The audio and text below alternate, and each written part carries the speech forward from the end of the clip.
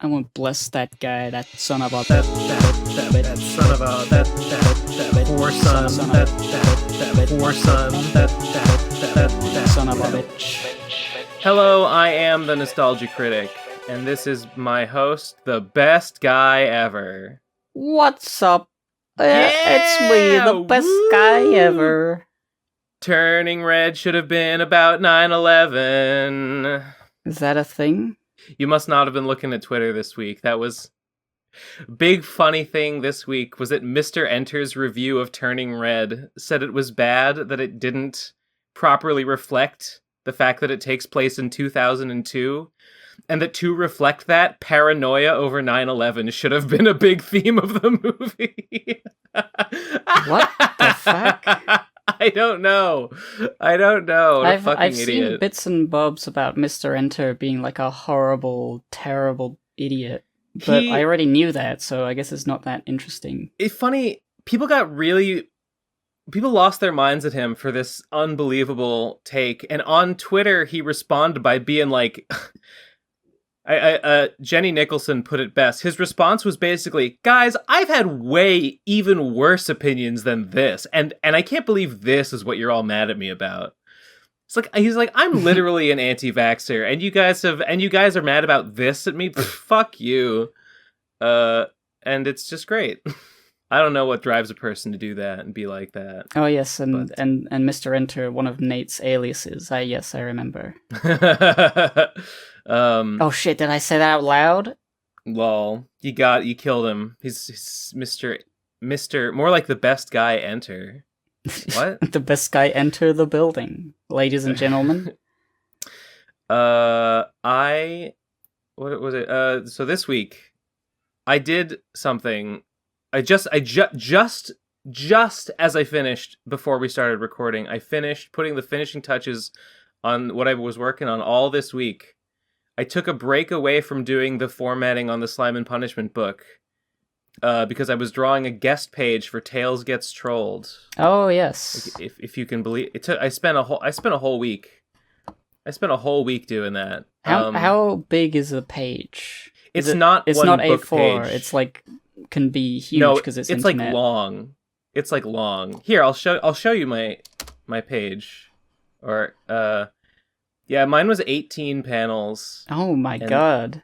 Yeah, so it's not like one book page. That's more like 3 or 4 or 5 pages? Or 4 pages. Probably something like that.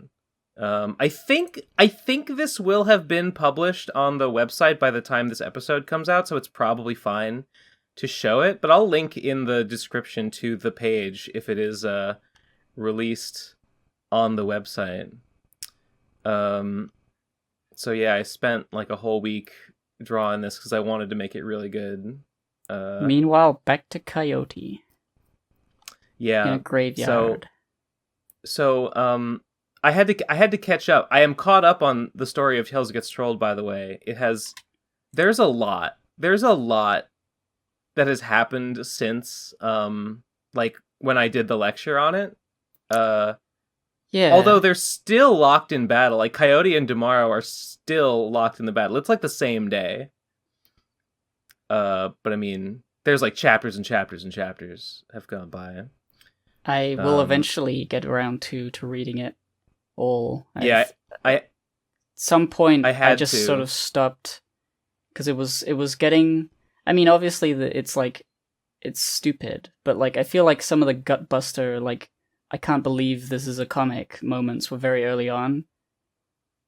I don't know if like it continues to be as hilarious. It continues to be very like shonen battle anime. It also continues to be, you know, there's cutaways to like a bunch of like trolls talking about like the ramifications of the battle, and like they're kind of pursuing their own side missions and whatever. And those are like, you know, weird and bizarre, and all the trolls look ridiculous and stuff. The cosmic battle between God and Satan continues to be a central focus of the plot. I requested, because on the semi-official audiobooks that one guy is making on YouTube, I was given the voice of Satan. I voiced Satan in the scene where they drink the blood and get the neutral powers. So I asked Embergram if he had a page with Satan in it that I could draw, and he was like, as a matter of fact, I'm like editing one right now. So he gave me this page. What happens in this page? Okay, so previously, for reasons that are too complicated to get into, Coyote does some stuff, but he like exhausts himself and he's gonna faint. So instead of fainting out in the real world, he off-screen sort of puts himself into his book world, and then he falls to the ground in the book world. But he also put Demaro and the ghost of Gary into his book world. So now Coyote is unconscious on the ground in the book world, and Demaro is there. And Demaro tries to get to him, but also passes out unconscious while attempting to go and kill Coyote. And the ghost of Gary is here, and he doesn't like either of them. And then there's a cutaway to Satan, and then some things happen. And that's my page. Yeah. I spent all week drawing it, and I'm pretty proud of it. It's very good, yeah. I'm very happy. I'm very happy with how it came out. Some guest artists try to duplicate the Laserbot style of drawing, and sometimes it works, and sometimes I think it just doesn't, like, they can't quite do it, and it ends up kind of just looking bad anyway. I decided not to even bother with doing that because I don't think I could do it, and I think it would actually be harder to like try and make it look like exactly the way Laserbot draws. So I just drew it like the way I would draw it. I was like, fuck it. Yeah. Although I maintained the shape of the text boxes and the formatting of the text boxes and like the fonts used for the text, I used all that the same way. But the drawings are just the way that I would do it, and I'm very pleased. I can't wait for it to go on the website, and I'll be famous finally. Yeah. Yeah. So that's pretty exciting. Nice. That was most of my week.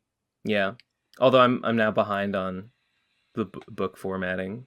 I've still got a lot to do with like making the Phantom's Revenge scenes into pages for the book. Is what I got to get back to and do for the rest of this week, I guess. Hopefully I can finish that soon. What's you been up to? What I've mostly been up to is playing Elden Ring on stream still. Oh yeah. Elden Ring, twitch.tv/giveandtake if you want to watch. Oh. I've been doing a whole lot of stuff, and refusing to go to the first major dungeon, and I've explored many, many, many optional areas, and it's very fun. How far through the game do you think you are? It's hard to say. Not at all, because you haven't gone to the first dungeon? Well, you can skip round the first major dungeon with the first main story boss, and once you do that, there's a whole, like, northern area that you can explore, and, like, there's... I don't think I can count the number of, like, little dungeons and little bosses in little areas tucked away all over the map, and it's just sort of like, oh, I go from here to there, and I'm like, oh, something distracts me, and I get distracted, I go and fight a bunch of enemies, and they're in, like, standing around some ruins, and there's, like, a little... hidden staircase down into a place with a treasure chest. Sometimes it's a staircase down to a dungeon. And sometimes those dungeons have bosses. Most of the time they do. And so I've just sort of been exploring the map, like, getting, like, the graces, which is, like, the bonfires. And I can teleport to a grace. So, like, I've got, like, all of these points all over the whole map that I can teleport to and then explore from there. Like, oh, I haven't gone to this little corner. I haven't gone to this coastline here. I haven't, like, checked out this weird thing that looks like a hill with a thing on it. And so I just have been doing that over and over and over and over and over, and it's very good. Fascinating. Give the game a ranking 10. Rank it out of 10 right now. Gosh, I don't do 10 rankings usually. Too late! Now I gotta choose. It's a 4. It's just not that good. Oh, okay. Sorry. I hate this Sorry, game. I don't care if you're enjoying it. Yeah, I don't know. I feel like the combat is like probably the most freeing feeling combat in any of the Souls games. The amount of like the freedom you have to play in a certain way. And then the horse combat is like the funnest thing ever. It's like really like sometimes there are enemies on horseback and you can ride by them, and like a normal attack with R1 or L1 will like swing your weapon like quickly, like a little quick slice, so you run past them, you slice them, and you get them. But you can do like a power attack, L2 or R2, and the L or R is like which direction of the horse you're attacking from the horse. And then if you do a power attack, you can hold it, and they sort of hold their weapon down low, and then at the end of a certain time they like swing up, and it's a big attack. But you can do that to like, you can hold like a halberd or something and do a power attack and run past a bunch of enemies, and it will just hit all of them. You go. So that's yes. That's very fun, and the horse double jumps, and it's very maneuverable. It's great. Good horse. Good horse. Well, yes. I, on the other hand, despise video games, and I would never play one. I have not been playing much Hades. I have not made a lot of progress, although I'm getting pretty close to finishing the Fated List of Minor Prophecies. I've only got like 6 of them left. I finished like the most annoying one, which is to get every combo boon, like every boon that is like, okay, you need one from Dionysus and one from Aphrodite, and if you have them, then you can get this other one that's sort of a buff to both of their things. I managed to get every combo boon, which is very, very hard to do. I have some other random ones left. Oh, you know what I want to mention? Marin Pan was asking, and I think we should do it. He wanted us to mention again and remind everybody that the PCP Minecraft server, if you are a PCP patron, you have access to the Minecraft server. And if you have any trouble getting in there, you should find Marin Pan on Discord. He will help you out. And I think he wanted me to shout out the Pokemon League in the Minecraft server. There's like a league, you know, they do once in a while they do they do tournaments of like wait, stuff you caught. Tournament? I thought they were talking about like the gym battles, like you have like Mage's Gym and your gym in Copkill Town.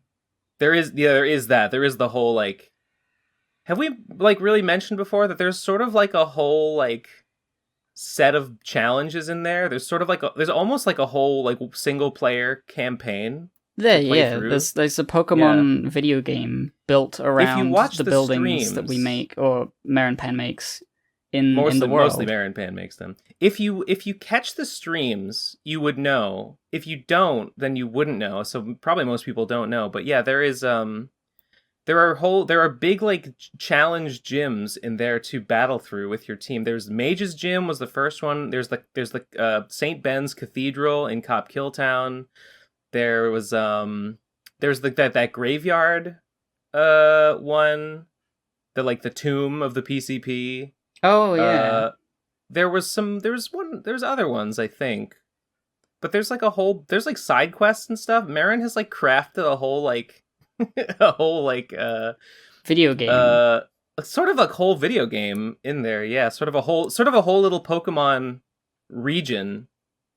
I mean, that's not. I mean, more is being made all the time. As much as you could do that. I think the biggest... but there's areas. There's like themed areas and stuff. It's great. It's wild, and probably most people don't know about that because most people don't watch the streams. But it's true. Yeah, there's a lot. Marin Pan has done a huge amount of content, like genuine content.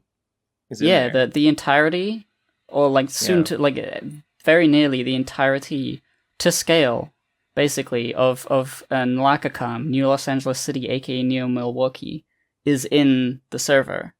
It's just a place you can go, and it's like the shape of, you know, the map is map. down. The map is down. Not every region is full of like buildings. There's so many regions that are full. There it's are. Like it's some areas are so rich that it actually lags a bit.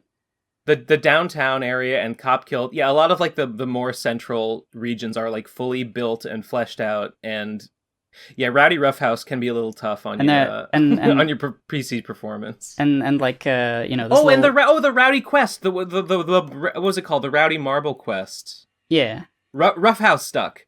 Yeah, the Roughhouse Stuck, based on that RFCK comic by Forks. There's a whole quest where you have to find all of the realist rowdies and battle them for their magic marbles and get into the Roughhouse.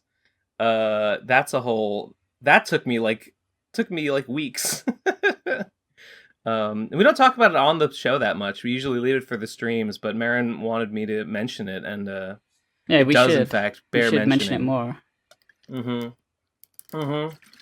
So if you're a PCP patron of $5 or more, you get access to the server at no extra cost. It used to be a separate Patreon. If you weren't aware, it's just in the Procrastinators Patreon now. No, we combined it. Also, I should say this week I am going to I'm going to get those bonus episodes that Eleazar made weeks and weeks ago that I never posted, and I'm gonna post them this week. I will also attempt. I can't promise it because there may be technical issues that I don't know about. I can't promise this, but I will make my best effort to actually get the old episodes up on like Spotify and Apple Podcasts and whatever. I will use Tom's instructions to figure out all that. Also, the final thing I want to say about the Patreon. you know what I'm going to say. Oh, yeah, this terrible situation. Terrible. It sucks so much. But everybody who's been a patron, got it for free for last month because we all simply forgot to post and monetize our usual. It's not that I forgot, but it's just like it's a part of the process that I'm never involved in. I just assumed that you were doing it or whatever. Yeah, you never were involved in it. It was technically Tom's job, although Tom simply stopped doing it without saying anything a while ago, and I did do it a couple times, like thinking like, oh, Tom just forgot this week. I guess I'll do it. I guess I'll back him up, and then I forgot that it had to continue to be done. So, and then it didn't. We didn't get money for the entire month of March. Yeah, and a little bit of February. We charge per episode, and we have to post it as a charged thing in order for it to count. So nothing was charged for March. So that's quite a bit of money that we've lost. We missed out on a whole month. Our loss is the patrons' gain. So you're welcome, everybody. Hey, yeah. That means you have to double your pledge now. I would say, I wouldn't say that you have to, but I would say that if you don't, you're a bad person. So there you go. But I will put those unreleased bonus. What do we call the ones that are just like off air banter behind the scenes? I guess behind the scenes. I didn't know there was a name for them. I don't know. I think I call them behind the scenes. I'm pretty sure Eleazar made 2 of them, and they've just been sitting there and just haven't posted them. I will actually go and post them this week. This week I'm gonna do it for real, like before this episode is out, so they will be out when this episode goes live. So everyone's got homework. You gotta go this week. You gotta go check out my Tales Gets Trolled page. You gotta check out the bonus episodes. You gotta pledge to patreon.com/the Procrastinators. And get on that Minecraft server and build a house. And get on that Minecraft server, get in Pixelmon, assemble a team, challenge me in Copkill Town. I will destroy you. The Copkill Town was really hard. There were a couple of like gimmick fights in there that had like a single like level 150 legendary or something, like a Regigigas or whatever. That's like, I just don't have the stats for it. Yeah, the Good times, Pokemon's good actually stuff. like serious Pokemon stuff. It's not It is casual, and therefore I have not tried it. I enjoy catching the Pokemon and looking at them and finding like a really big or a really small version of a thing. I have a team in there that has gotten me through most things. Sometimes I have to fuck around with it to deal with something or other, but most of the time my team can meet Marin's challenges. It's a lot of fun. And I mean, we've been doing it for years now, I guess. Like we don't stream that often, but I mean, it's been an ongoing thing where often when we stream, Marin has made some new bullshit for us to cope with. Some new bullshit for us to gawk at and scope out. Some new nonsense to vex us. Yeah. Shout outs to Marin for everything he's done in there. Genuinely incredible work. Just a huge amount of time and expertise has gone into it. I don't know how he does it. I really don't. Anyway, check it out. Yeah. So just check it out. So just go to www.nfl.com and just check it out. I've got a thing to say. Yeah, please. Alright, so for Lord of Ghosts, there's like 13, 15 or so more packages I can send. It's beneficial that I send, because they're all going to America or Australia, and I can send those through Transglobal Express, all in one big collection. And that's better for me if I can do it all at once. There's a few people who still have not, even though I've emailed them directly, still not responded about their address. So I'm just going to read out their names. I'm going to dox them. Hopefully they like think they've done it and don't realize, or I don't know if they'll listen to the podcast. Maybe they're just not paying attention to anything. They might not be. This is my last attempt. After this episode goes live for a few days, I will then send the last big batch of Lord of Ghosts. And if you're not in that, if you haven't given me your address, I can't do anything about it. So your package goes in the bonfire. Goes in. I'm gonna burn it live on stream, including the plush, which will be terrible and sad. You don't want that to happen.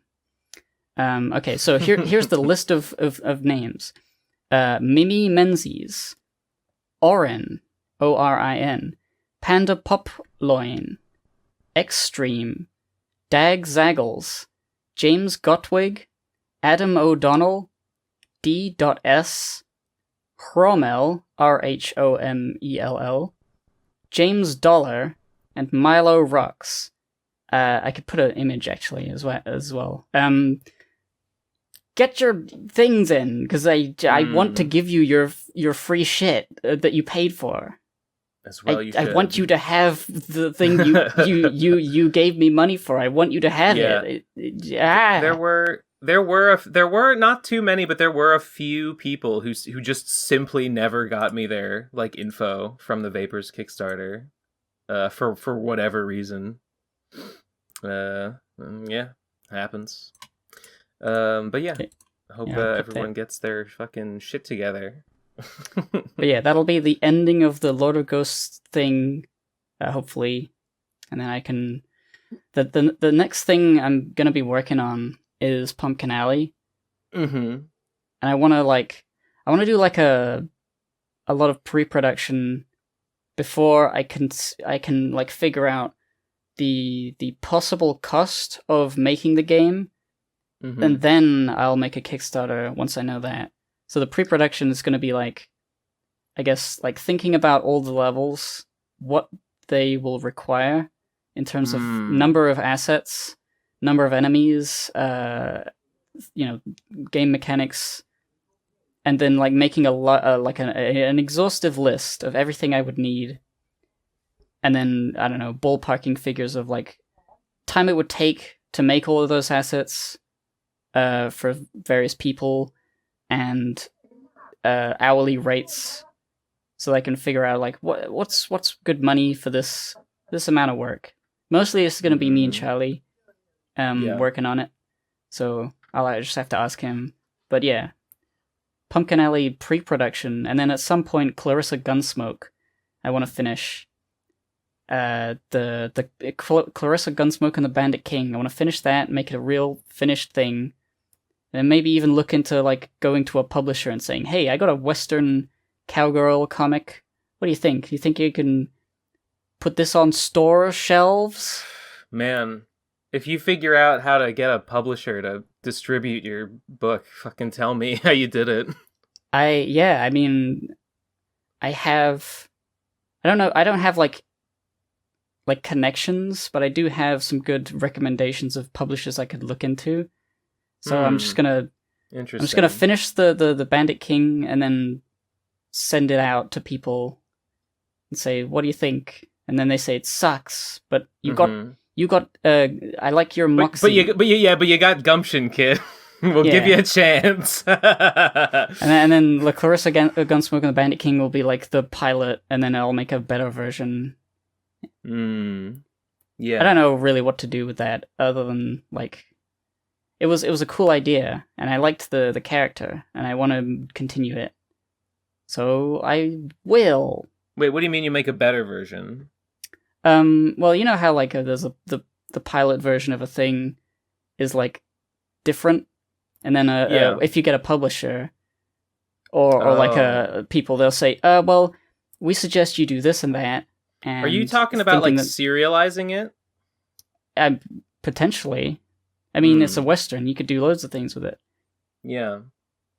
Because initially, for a while, I was like thinking, oh, I'm never gonna get published. I'm just like an internet content creator. I'm just gonna draw some things and post them online and get some likes and hopefully some patrons. And that's gonna be me. That's all I can do. But I got some feedback about it. Some of my dad's friends were like saying, my dad showed it to them, and they were like, "Oh, this is really cool. You should look into getting it published." I'm like, "Really? This is interesting to me, actually." You serious? You giving me like good vibes on this that I made? That's nice. Now there's a thought. Are you telling me that organized business structures exist for the purpose of creation and distribution of an artist's output? Is that what you're saying to me right now? It's more that you fucking with me? I just felt validated, you know? Like, I felt validated that a human being that wasn't online said that what I'd drawn was cool and should be made real. And I was like, wow. I never really thought about it for some reason. Sure, and they're probably right. I just... that's a thing... I don't know, I guess I never really... That's a thing that I thought about and sort of immediately dismissed as like, well, that'll never work. Like that's impossible. But like, well, I don't know why that may be a limiting belief that I have. That now that you say it out loud, that makes me think like that is a good idea. Could I do that? How would I do that? I mean, the way you've done the Vapors so far is like it's a new way to do comics is to crowdfund the printing of them and then send them out. And it's doable on a small scale, but if you could get a publisher, so much of that hassle of logistics and buying and selling and marketing is like taken care of, and you can just work. This is like yeah, exactly. Like when I went around to comic shops to ask them like, hey, would you like to put my book on your shelf? Some of them were like, yeah, sure, I'll take 3 copies. What do you want? Like $2 for each? I'm like, yeah. Like it's like, well, what's literally not worth the fucking bus fare to like get out here and ask you in person if you want. Yeah, they would give me like $3 for each copy and with the intent to like sell it for $5. I'm like, well, it's simply not worth my time. The only way it would be worth it is if I had a distributor, like if Diamond Distributor were putting my shit in a catalog. And like hundreds of stores were looking at that and being like, yeah, I'll take a copy. I'll take 2 copies, whatever. I'll take 50. Sure. Well, sure. They just don't want to stock that many, especially of an unknown thing. Oh, sure. Yeah, they want like 1 copy, put it on the shelf, and if someone buys it, like, well, I guess I'll get another one, and maybe someone will buy that. You know.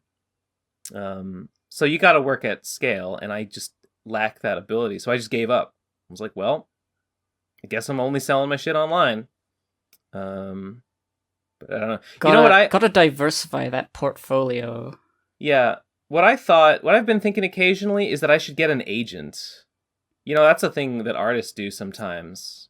They get an agent. What does that and then mean?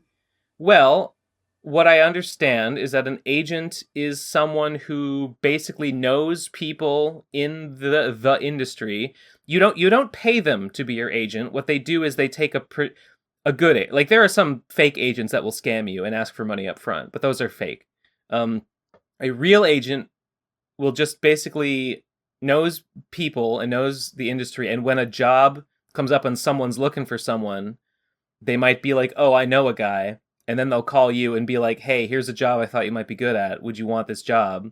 And then you go, "Yes." And then they take like a, I don't know, 15% cut or whatever of the pay for that job. So that's what an agent does. Just they know talent and they know people that are looking for talent and they connect them. And I'm like, well, hey, I'm talent. I flatter myself to think. So it was like, I guess sounds like something I should have. But apparently, there's a lot that goes into like picking the right agent or whatever. Like I haven't even really looked at all. It's just something that sometimes I think I should probably get an agent. Because I mean, how cool would you go for that? Like agents.com? Great question. Great question. I have no idea. I feel like you'd need to go in person to like a comic thing and then like hold a glass of champagne at an after party and say, "Yeah, I'm a comic person.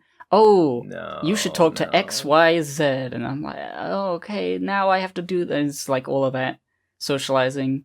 Then you might luck around and find the perfect person, and that's it. Yeah. But other than that, I have no idea. I think that's probably not how it's typically done. I can't imagine. I can't imagine most people could really get much out of something like that. No, there probably are just like listings, and maybe you can like check out an individual agent or you wouldn't have an agent like an individual agent. You would probably apply to an agency, and maybe they would assign you an agent that works for their agency, right? Maybe you might have one dude and like you're his responsibility, or you go on his list or whatever. Yeah, I don't know. I don't really know how it works, but it seems like something I should have. I should look into getting. Yeah. I would like to do work. I would like to do productive work in my field. Sounds good. It'd be cool just to like. Let me add it. I don't know. Transcend from my shitty website that I made that sucks. Sure. And put it into places where I can get a little bit of money all the time. Well, I don't actually know how money works, but like I'm not generating any revenue from my comics at the moment necessarily. I get Patreon money and people like what I make and so they Patreon me, but like there's no like direct link, and I don't know if more comics is more better. I like drawing them, so I'm gonna keep doing that, but gotta get money, gotta get cash, Believe me, I know about the need for cash. I was telling, so I did Easter, right? This Sunday was Easter. So yesterday I went to a little family get together with my parents and some of my mom's sisters and their husbands, and talked to some of those guys that I haven't seen in a long time. And I was telling one of them was asking what I've been up to, and I didn't go into huge detail about it, but I talked about Slime and Punishment and like how I'd drawn this comic, and I was hoping to crowdfund and print it and distribute it soon. And I mentioned that I had made a game that I had sort of like dipped my toe into game development and made a little game to go along with the comic. And this aunt told me something that astounded me. By the way, this is not career talk, by the way. This is just an anecdote. So I'm sorry if I changed the subject out from under you. If you wanted to talk about more. No, I can stuff. talk afterwards. Okay, sorry. But they told me, she was like, "Oh, that reminds me." And she said, so I had this aunt that died, like right around the time that I was born. This aunt died. She was like 30 and she died of leukemia. And apparently, like before she died, she had made a little game, and this would have been in like the late 80s. She had programmed a little like game for her boyfriend, and this boyfriend was still like a friend of the family. He still occasionally shows up to family functions. She had made a little like choose your own adventure, or a little like click through pages as like a Valentine's Day present for this boyfriend. Yeah, that's cute. Yeah, I was like, that's the cutest thing I ever heard.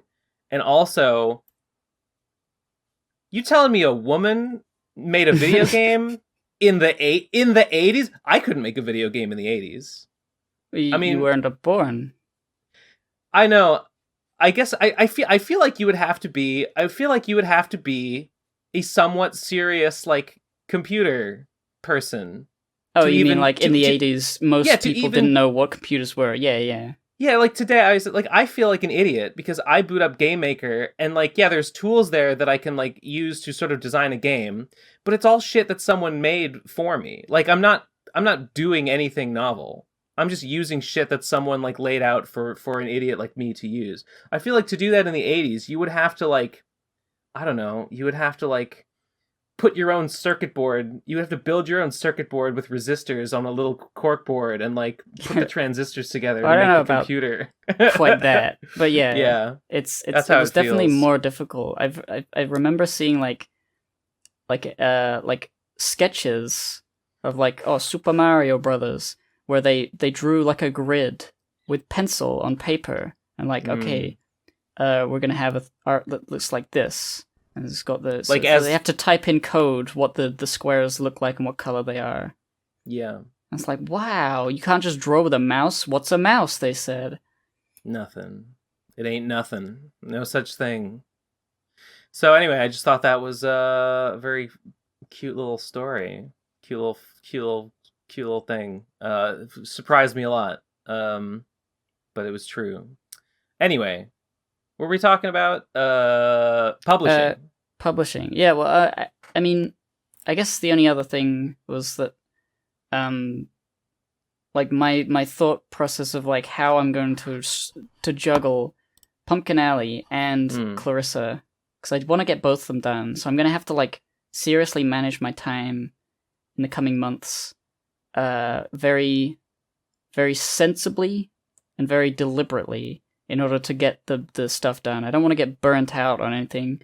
I don't want to work myself to the bone so that I can't do either thing. And I don't want to leave one thing for like 7 months in the future. I want to be getting them done at the same time. Yeah. And I'm not sure how that's going to work quite yet.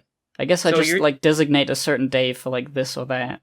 So you're saying, you're talking about, on the one hand, doing like the pre-production stuff for Pumpkin Alley, like in preparation for like kickstarting the full game, and also completing the Clarissa comic, right? Yeah. Or no, Clarissa Gunsmoke. Did you finish that?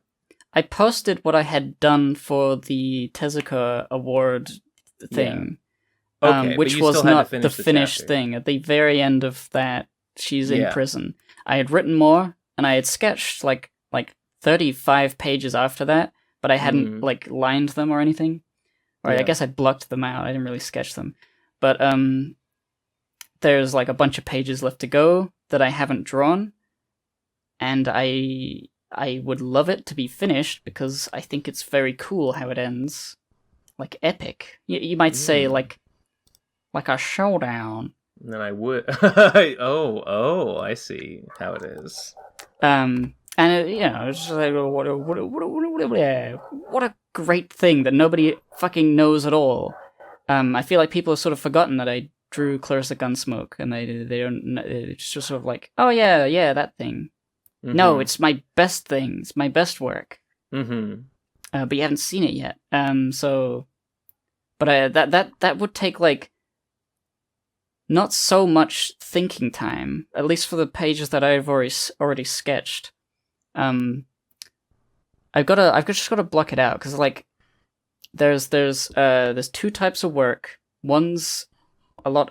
It depends on who you are, but one is more difficult than the other for me. There's the creative work where you come up with everything, and then there's the labor where you like you zone out and you just physically move your hand around and do it. Yeah. And so I need some blocks of like creative work to like think, how is this page going to be laid out for the rest of the pages, and then the labor is just sitting down for like 6 hours and just drawing. Yes. And so I want to make it so that I'm not. And then Pumpkin Alley is like a lot of creative work for the pre-production. That's entirely creative work. I'm coming up with everything. So I don't want to be flip-flopping between creative and labor work too much, because then it's like you get like momentum doing one type of work. I think creative work is just harder in general. It takes more brain cells, neurons to fire. Yeah, I agree. It's more like the grunt work, the like just the busy work, you can kind of just like chug away at it, and it's like whatever. So I think what I want is I want to be in a position where I've done the creative work for Clarissa Gunsmoke, so that I can I don't know, I can do like the labor work for Clarissa Gunsmoke on one day, and then the next day creative work for Pumpkin Alley, or just creative work the whole time. I don't really know how to properly do it. I've got to look at a calendar and be like, put everything on the calendar, and then say, I'm gonna do that on this day, hopefully. It's difficult scheduling things. How does one organize one's life? There's like 700,000 apps for organization, and I know why, because it's hard. Those are both two like really long-term projects, and I understand why you would want to be like, well, I kind of want to be making progress on both at once.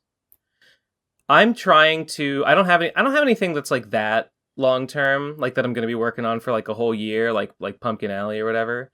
But or not Pumpkin Alley.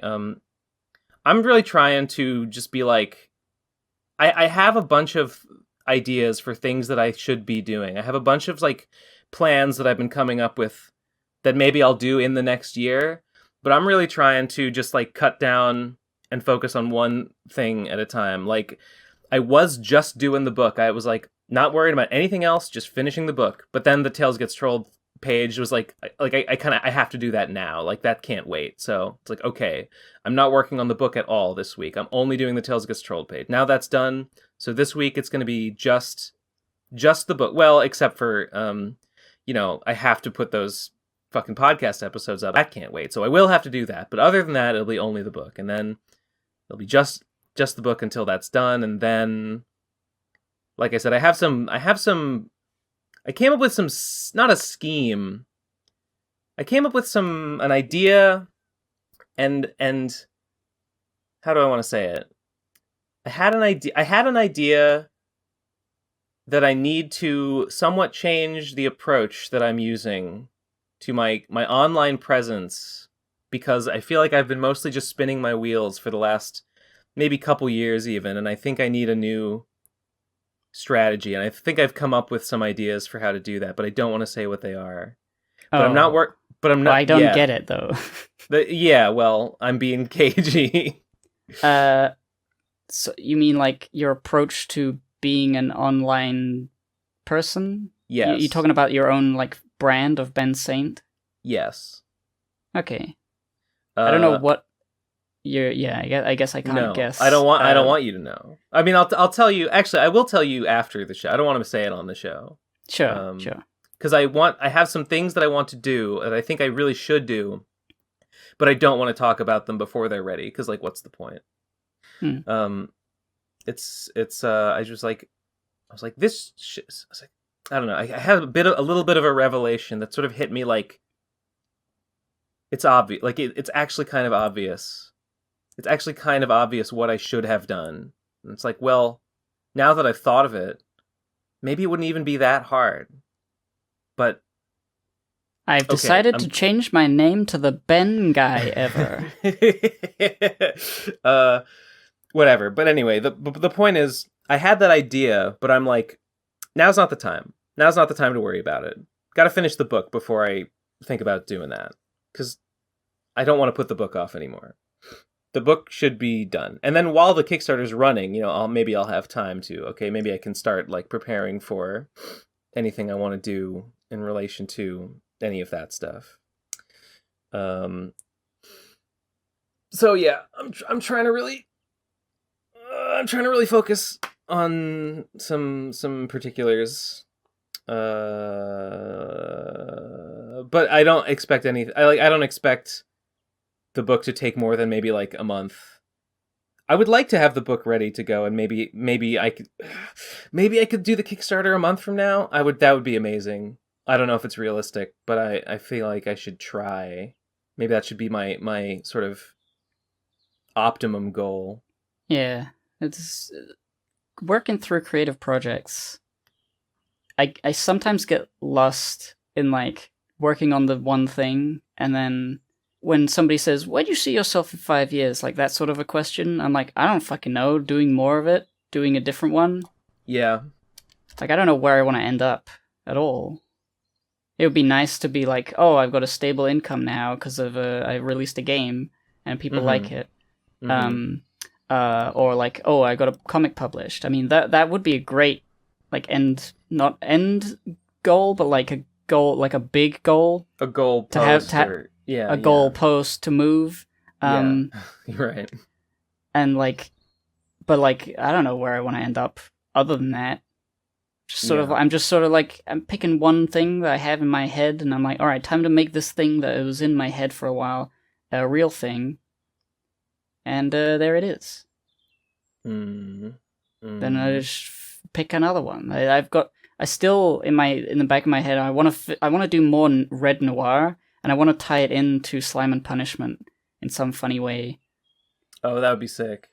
It'd be sick, but it would be like a very big distraction from like bigger things that are probably more of an importance for me today. I hate to say it, but that's probably true.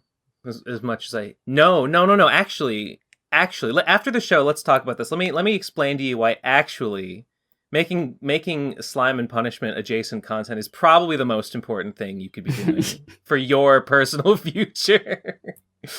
I'd love to know how. I have some thoughts about it. Yeah, I'll share them with you. I mean, in a way, like the Lord of Ghosts Act 3, which will also be a thing I'm going to work on. Will, because of all of the things it's like linked to, it will have to.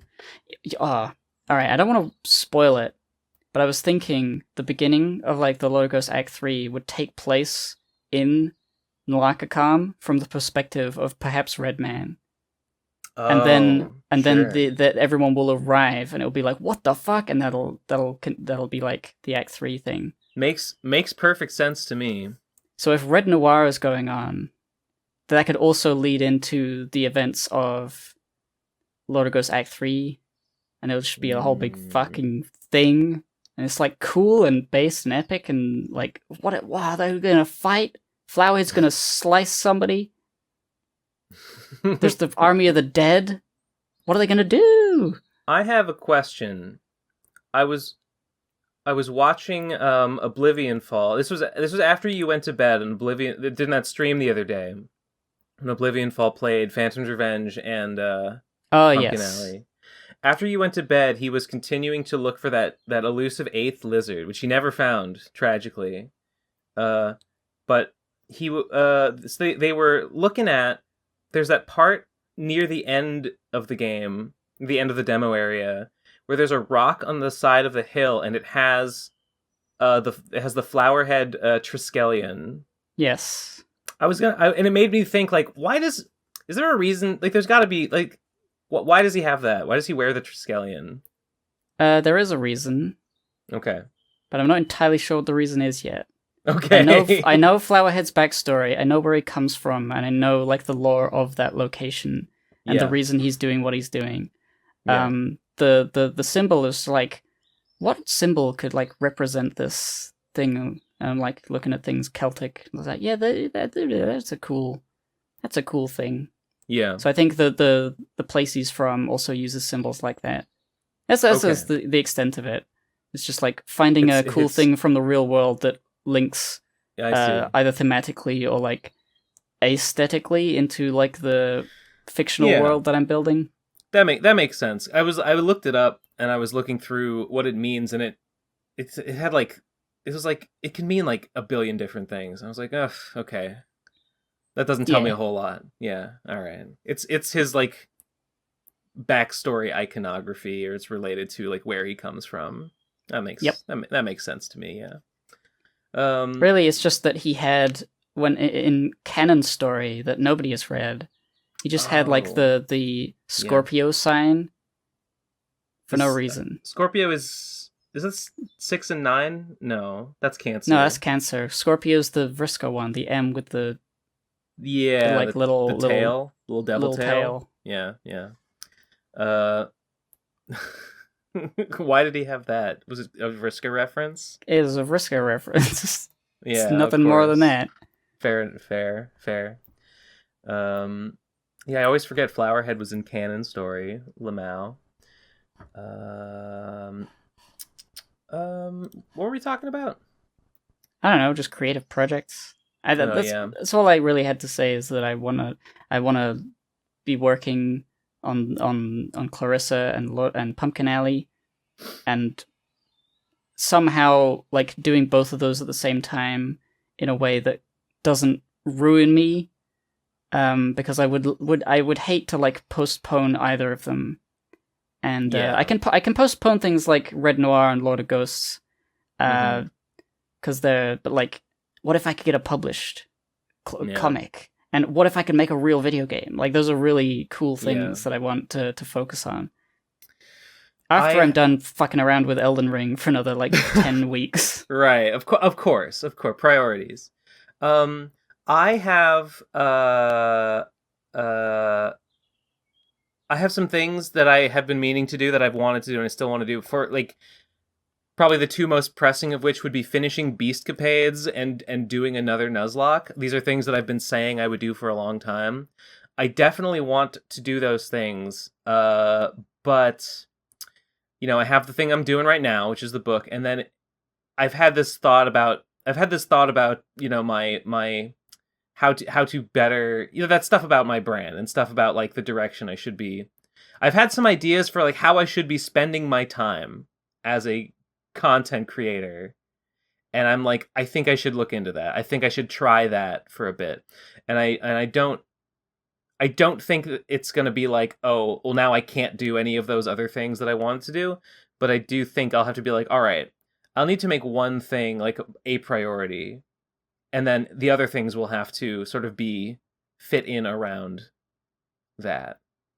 I'm being so cagey. I'm being so cagey just because, like, if my ideas don't pan out, then I don't ever have to acknowledge them ever again, and no one will make fun of me because I said I was going to do a thing and then I didn't do a thing. You're gonna like redraw Sonichu, and you're gonna call it Benachu. You're gonna Horsey Chew, because it's like horses. I'm gonna do another one of those damn, hey, I redrew Sonichu, but good. I'm gonna start all the way at the beginning, and I'm gonna do all like 14 chapters of it. And I'm sure this time, I'll be the one that doesn't get sick of that totally pointless process and just the whole thing, make my whole life. No, never, ever again.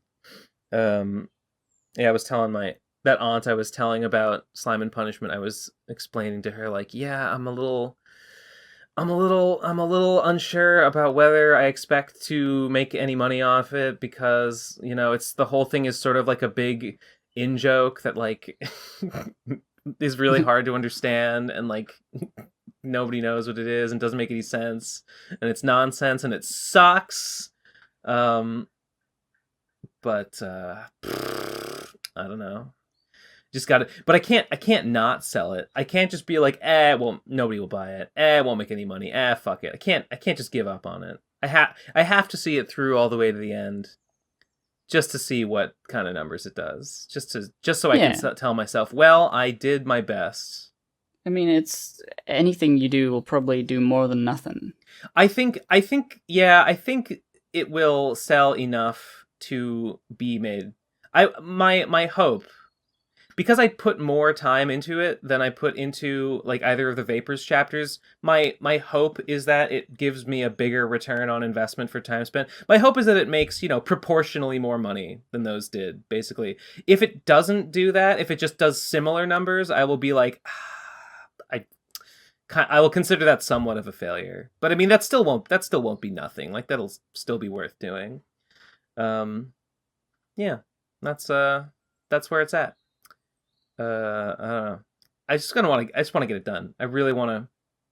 I got some paper samples. I got to choose cover weights. I got to choose page thicknesses and stuff. Pick a printer. The reality of the situation is that I might have to change printers later on. Like I might decide on a printer now, and then based on the number, like.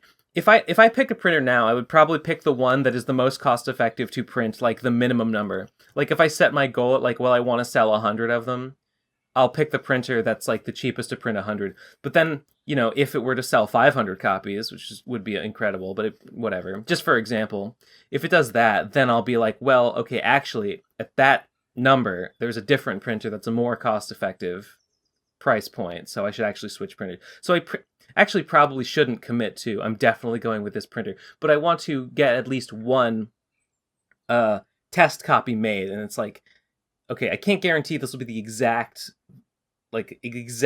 print quality, the exact like glossiness, the exact dimensions, but it'll basically be this. And be like, okay, this is the product being sold. And that's hard because I gotta finish the page layout.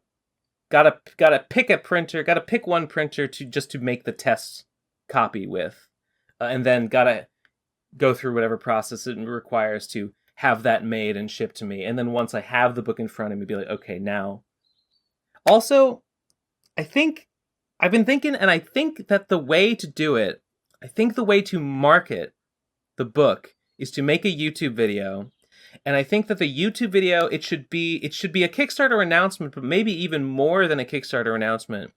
It should be a little bit of a explanation of like what it is and like how it happened. So I think I kind of want to make a little video that's more of like a trailer for a book. It's not just a trailer. I think that the video will sort of be a little story essay video that's like, oops, I accidentally made the last chapter of Sonichu. Here's how it happened. Oh, yeah. Tying it into that. And then in that video I will mention that like and I'm selling the book if you want to buy the book. I made a Kickstarter. It's going on right now. But it'll mostly be an explanation of like how it happened and what it is. And maybe try to make a little funny story out of it. I think that's the move, marketing wise. So that's work. That's work that I don't want to do, but I guess I got to do it. Yeah. I haven't made a video in a while. Imagine making a video. Yeah. Imagine scripting out a video and then editing it together. Like that's something I haven't done in so long, and I'm actually like dreading it and terrified of it. Yeah, I haven't scripted a video in a long time. I've recorded myself like the most like closest I got to making a video recently was I recorded myself playing Wordles where I couldn't figure out what it was. Mm-hmm. I was gonna call it I Can't Fucking Think of the Wordle. Oh, that's good. Hey, that's good. And it's mostly when I do a Wordle and I was like, oh, I don't know how to do. Oh, what the fuck is this? And it's just like me fumbling around for like maybe 5 minutes, maybe 20 minutes, and I'm like, wait, yeah, I did it. It's like, wait a minute, Nice. that sucks.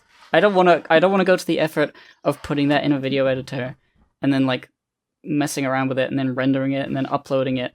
I mean, it's a funny doing all of that. It's a funny joke as a reference to I can't fucking think of the word. Yeah.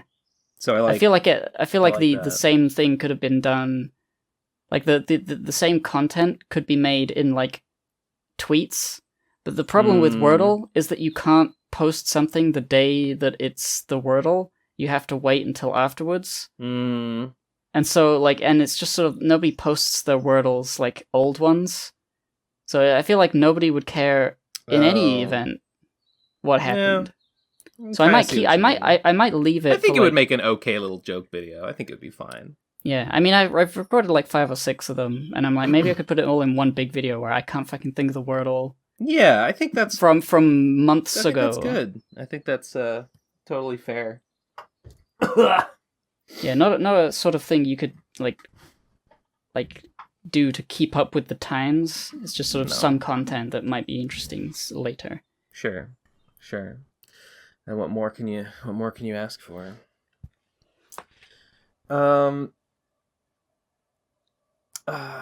There's a funny thing that happened. I don't know. I guess I should bring it up. I just don't want to dwell on it too long. But did you see? I got in some stupid Twitter arguments this week. Which ones? About the VTuber. Oh, yeah, you responded to a VTuber doing some sort of parasocial relationship post. Yeah, something like that. This is disgusting. And then you refused to elaborate and then muted her. Yes, that's correct. Well, I thought it was amusing. Her fans did not think it was amusing. Her fans were angry and were like sending me like threats and like sending me like gore and stuff. Yeah, threats are not good. But I just thought it was like of course somebody would not know what the fuck you mean if you don't say anything. You just say fuck this. Okay. Disgusting. Yeah. It's like what the hell is that guy's problem? Like I sure. It's just sort of like a weirdo thing to happen. Sure, but getting threats for it is like no, why do you care? Why do they care? Her fans or the VTuber fans in general fucking suck and I hate them. I have no respect for them at all. Like the hell with all of them. Like they're devils. They're monsters. But more than that, I said like, hey, fuck this post. That's not what I said. I said this post is horrible. Hate this post. Horrible. Hate this post. Something hate like it. That. Horrible. Yeah, that's it. And she said like, why? And like, I don't know. When I see that, she's like, why do you not like the post? And I'm like, I don't know. I don't owe you an answer. I already don't like you. I don't like what you do on here. And you ask me to do the work of explaining to you why I feel this way about you. You don't deserve that. I'm kind of offended that you think I would waste my time explaining anything to you. No, I won't do it. I refuse. So that's why I just said no. Like I don't want to explain. I don't owe you an explanation. I won't do it. But so she was, and then she screenshotted these posts and made a little post and was like, "What? He's bullying me." This was like this girl was like her character was like, she calls all her reply guys big brother. Like she pretends to be like a baby. She pretends to be like your little baby sister, and like all her reply guys, she's like, "No, big brother." Some idiot, some freak in the replies is like, "Oh, I can't believe this guy was rude to you. Should I go do a mass harassment campaign? Should I go and get all my friends to downvote his shitty video game that looks like shit on itch.io? Should I go to his website and should I have his YouTube channel reported for harassment?" And she's like, no, big brother, no. We can't sink to his level. We can't be like him. I'll be okay, I promise. I promise, big brother, I'll survive. Ooh. I have nothing but disdain for all these people. But so that's what she did, and so then I was like, well, okay, she made it public, so I made a little post that was like, I just called it gross. By the way, I haven't even said what the post was.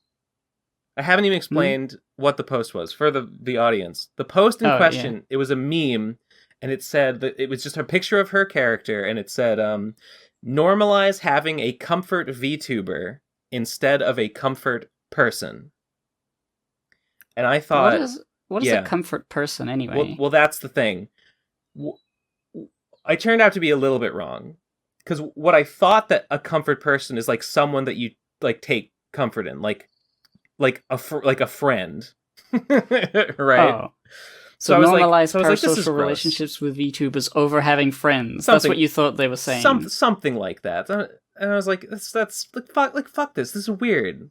Like, shut up. Yeah. It's like, oh, put your emotional burdens on VTubers. Rely on VTubers.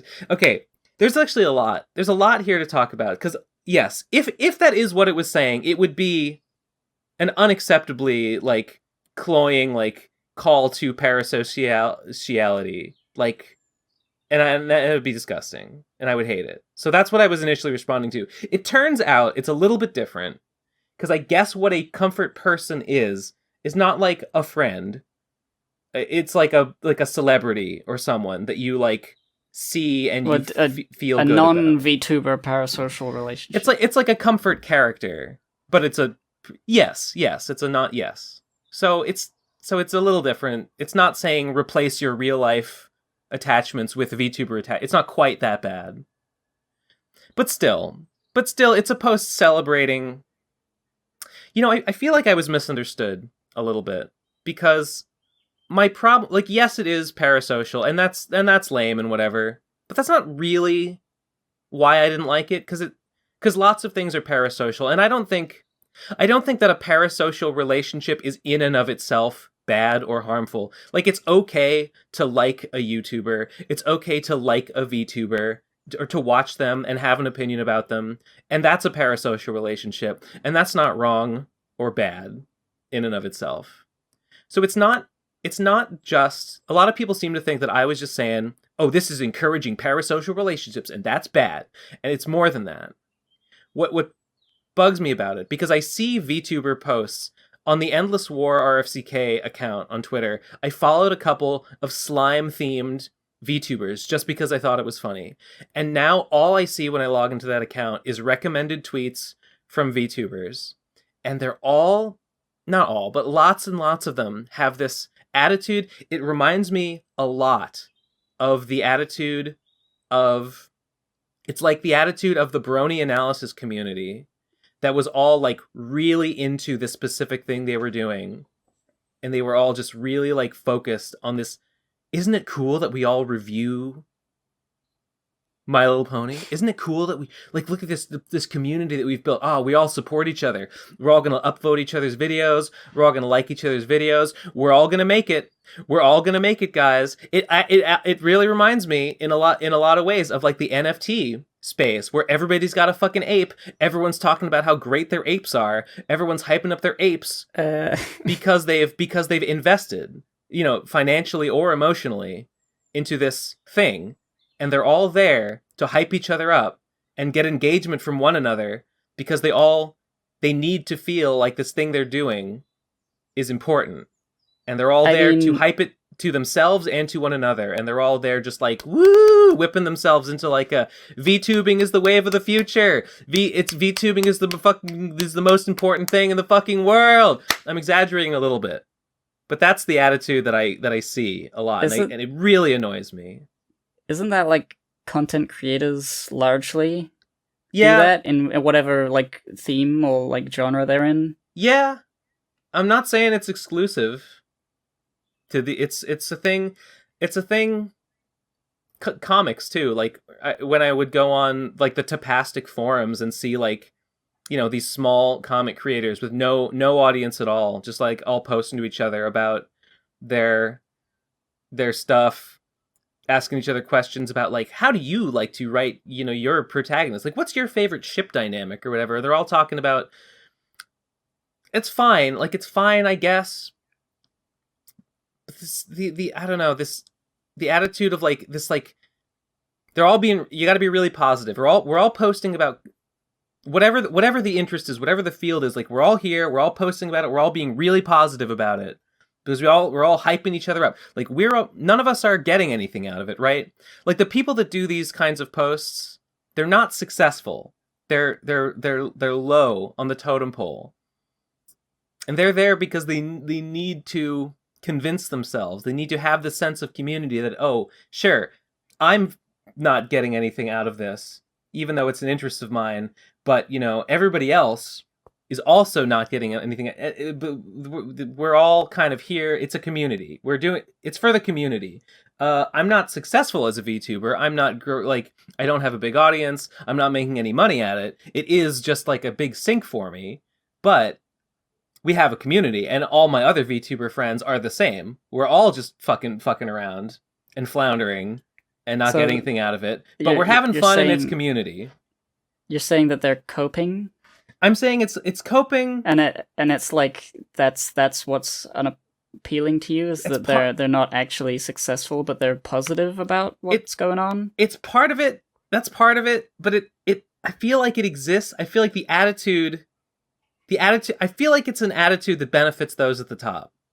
It's an attitude that is like, this thing we're doing, this field that we're all engaged in is important, and let's hype it up. But they don't benefit from that hype. They keep themselves engaged in it. But like the only the people that are already the people that are already popular are gonna stay popular. All right. VTubers want to be popular. They want to have an audience. That's what they want. That's why they're doing it. It's there to be no reason to do it unless they wanted attention, they want engagement, they want an audience, and they're all. But they're. I feel like when they post like this, their audience is each other.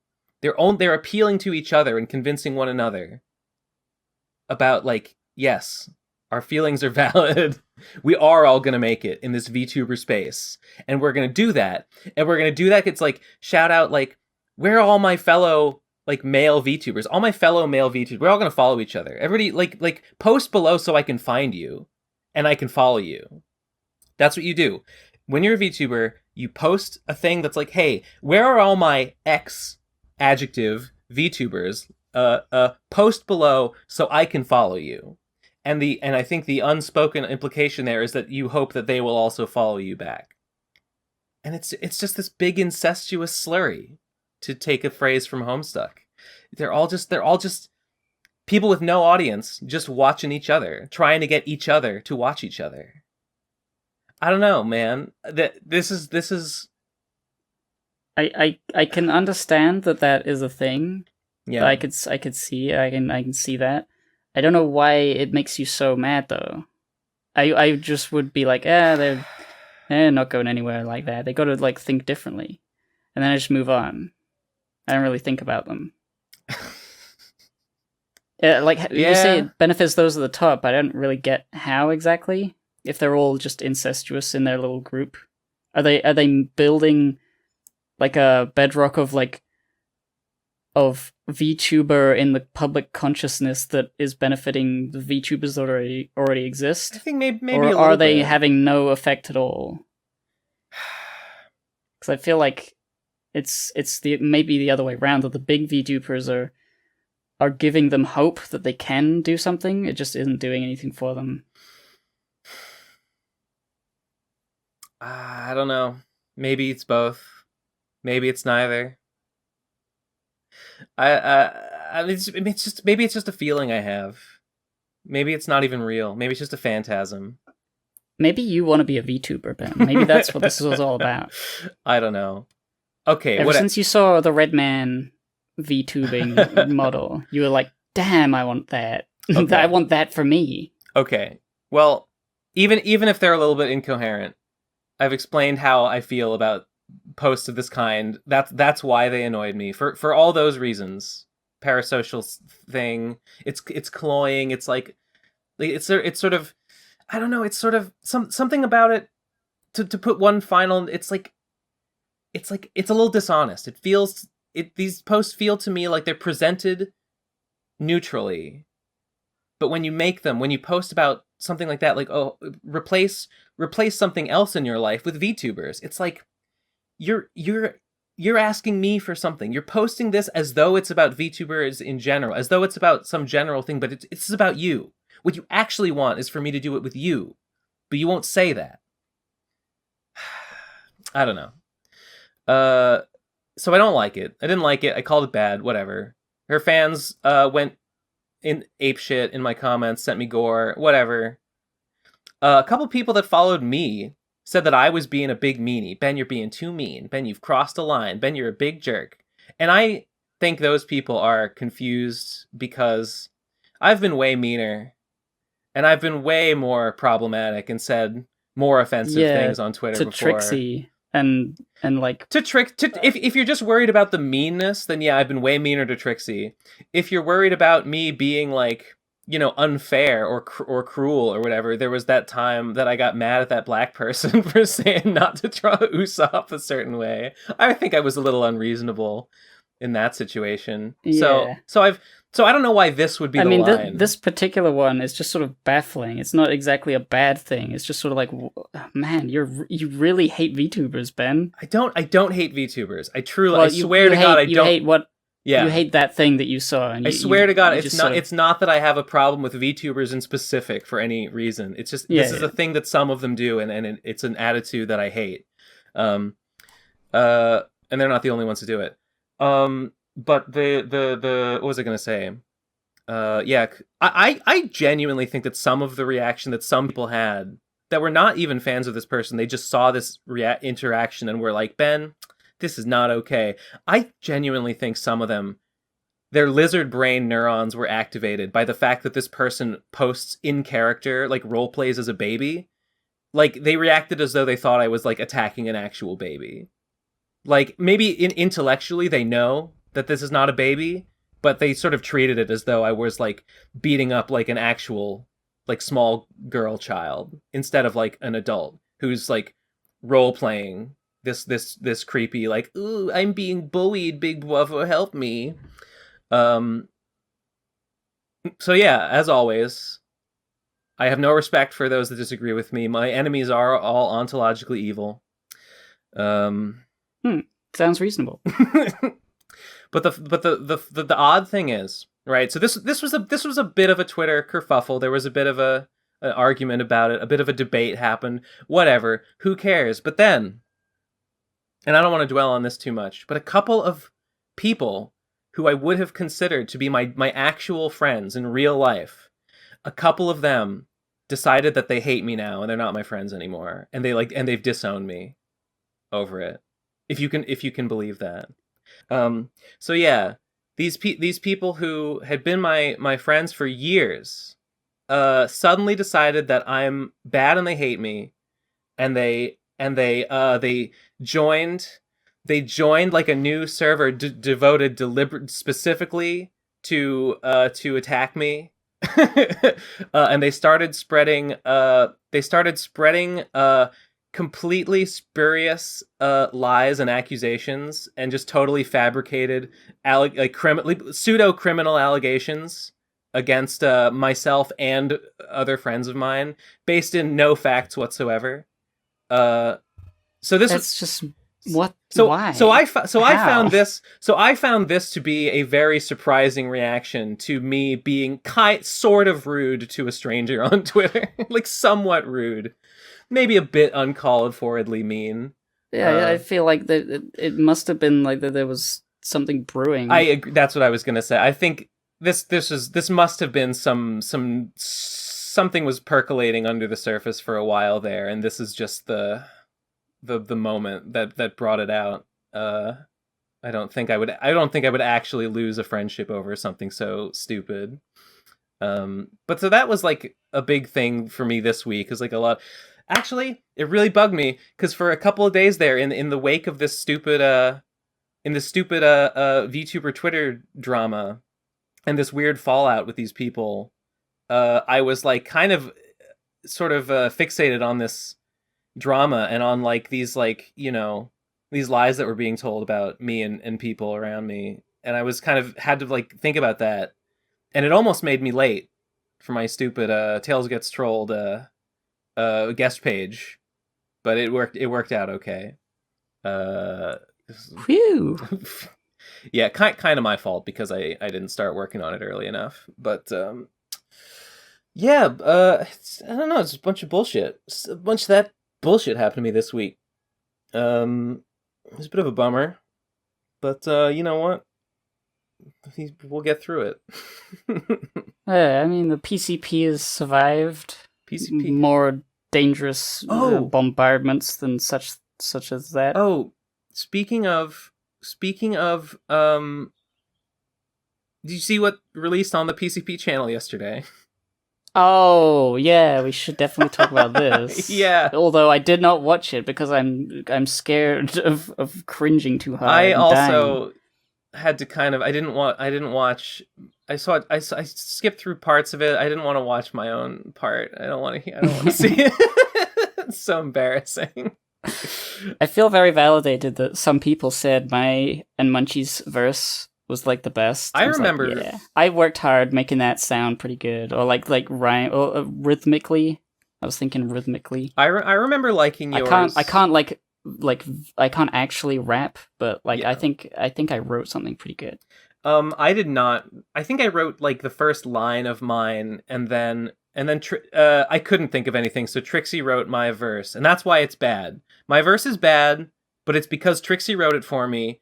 But I mean, the asterisk on that is like I'm sure it would have been even worse if I had written it. So you know, I mean, I remember distinctly we were like, all right, we gotta film the rap because it's gonna be good weather today, and we're gonna have to do the OVA tomorrow, and then the good weather is over. Yeah, and we were all rushing, and I think we were just sitting around waiting for you to write your verse. Yeah, I like had a pen and pencil and paper. I was like just sat around like all morning just staring at a blank page, just being like, I can't think of anything.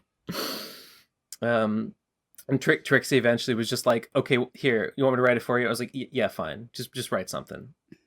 And then it was kind of dumb, but I was like, it's better than nothing. It's better than what I was going to get. So, okay, I'll do it. Yeah. RadCon 4, baby! The ride never ends! It'll never end. It'll never end. 2 years. It's still 2020 in March. Still the 2020. It will never go away. This video was one of... There's one more video that needs to come out, and it's the OVA. Which... We spent real money. We spent real money on like producing the OVA. Yeah. So it'll be funny when it comes out. At this point, it's just hilarious to me. Like if these things still are actually coming out. Yeah, I mean, it's better. Like at any point, better late than never. Absolutely. I mean, I saw a comment on the thing saying, "Why now?" And I'm like, well, okay, yeah. Why? Are you ever? suggesting that we should simply never do it? Yeah, we gotta do it.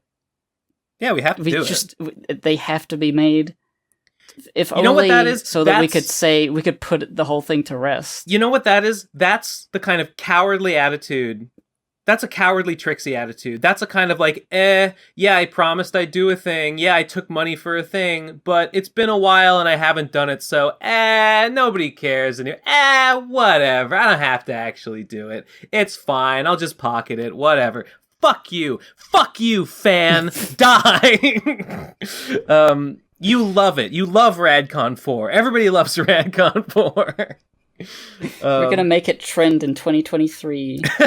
Yeah, absolutely. When in 2023, when the OVA comes out, I'm hoping that it won't take too long. Also, the Dojin. I know.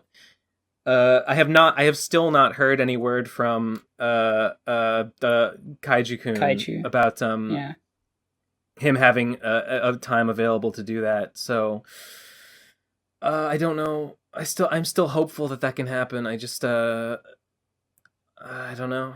Kaiju is a hard worker. The problem is not a flake. So it'll eventually happen. It just might. No. It'll take a while, I think. Kaiju is not flaked. Kaiju told me I'd love to do it, but I am very busy. I will do it if I can find the time. And I said okay. And he's got other things to do, and he just has not been able to. do it. And I mean, that's what I said when I agreed with that. I agreed with that possibility. I would be open. He said, like, it might be easier if you find someone else.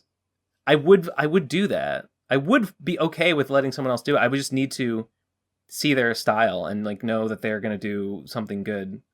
And I don't know anyone else who I don't know anyone else off the top of my head, or I'm not who has the right style and the right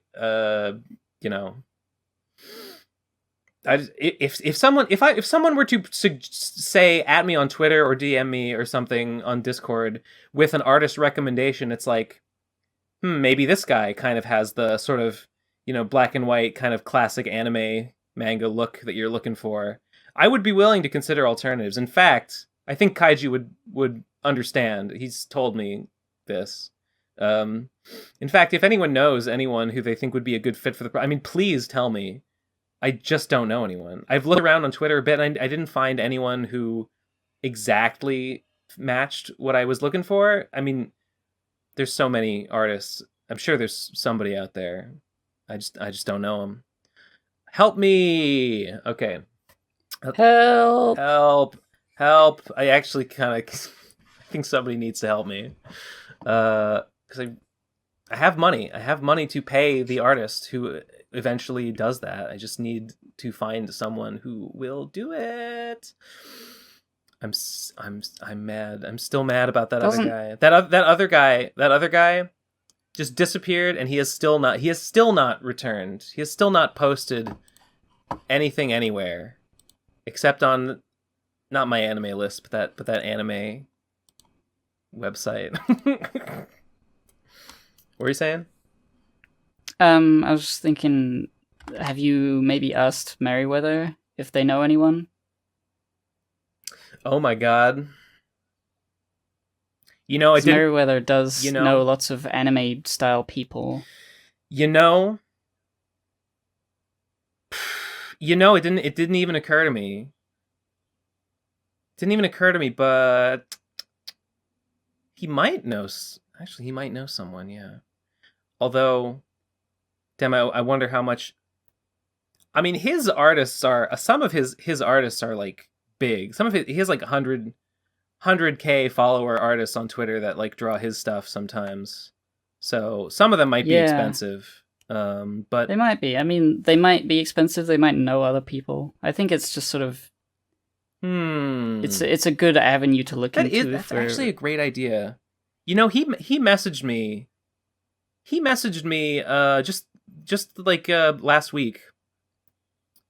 Just to see how I was doing, actually. Like just to check in on me. That's nice. It is nice. It's funny. I don't know. It's nice. It's nice because like I have like nothing to offer that guy. There's nothing he could possibly want from me. I can't be suspicious of like any ulterior motive. I guess he just wants to be. I guess he's just my friend, which is a nice thing. What a guy. Yeah, maybe I should ask him about that. He would be a guy. He would be a guy to know about that. Okay. Yeah, there's an idea. Still, if anyone has any recommendations, I mean, feel free to message me about them because I would like to see options. I don't know. Okay. Nate is to do the OVA. Yeah. And then that'll be the entire thing completely done. After the Dojin, yeah, the OVA and the Dojin. And then we get our Radcon money.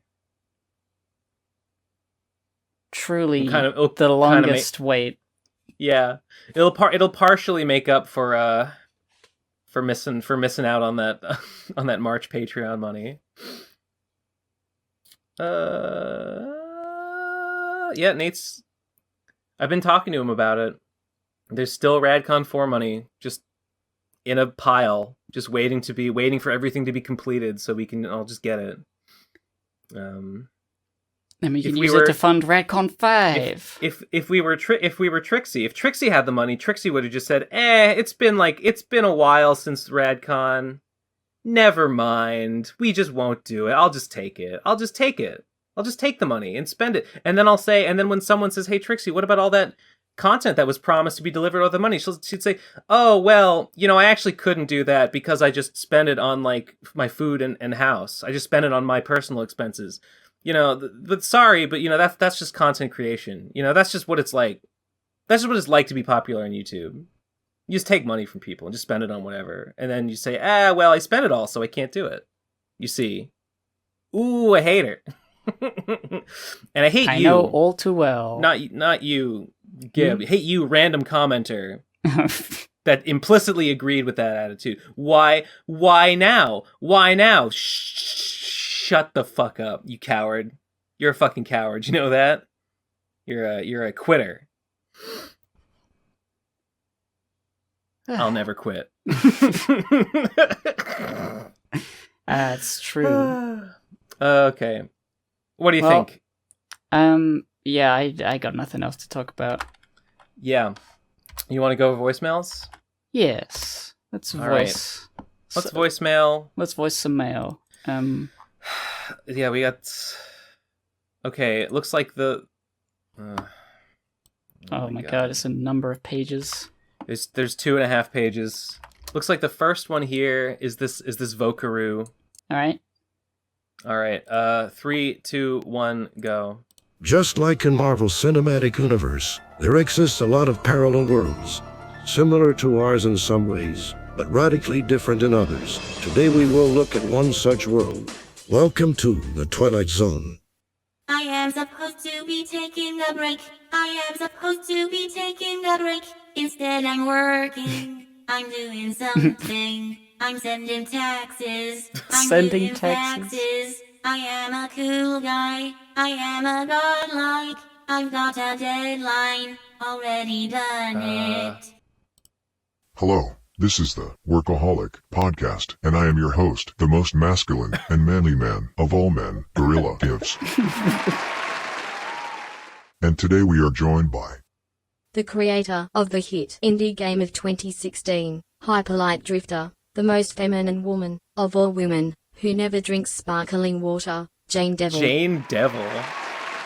Unfortunately, Tommy Oliver, the healthiest person who has ever lived, has died when selecting best voicemails, so he won't be joining us today. Aww. I am kidding. Tom will never die.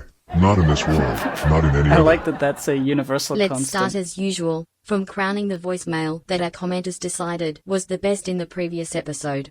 Welcome, the Twilight Sparkle. Oh, thank you. Thank you. Jane, I must ask, did you receive my email? Yes, we have reviewed your CV. And we accept you.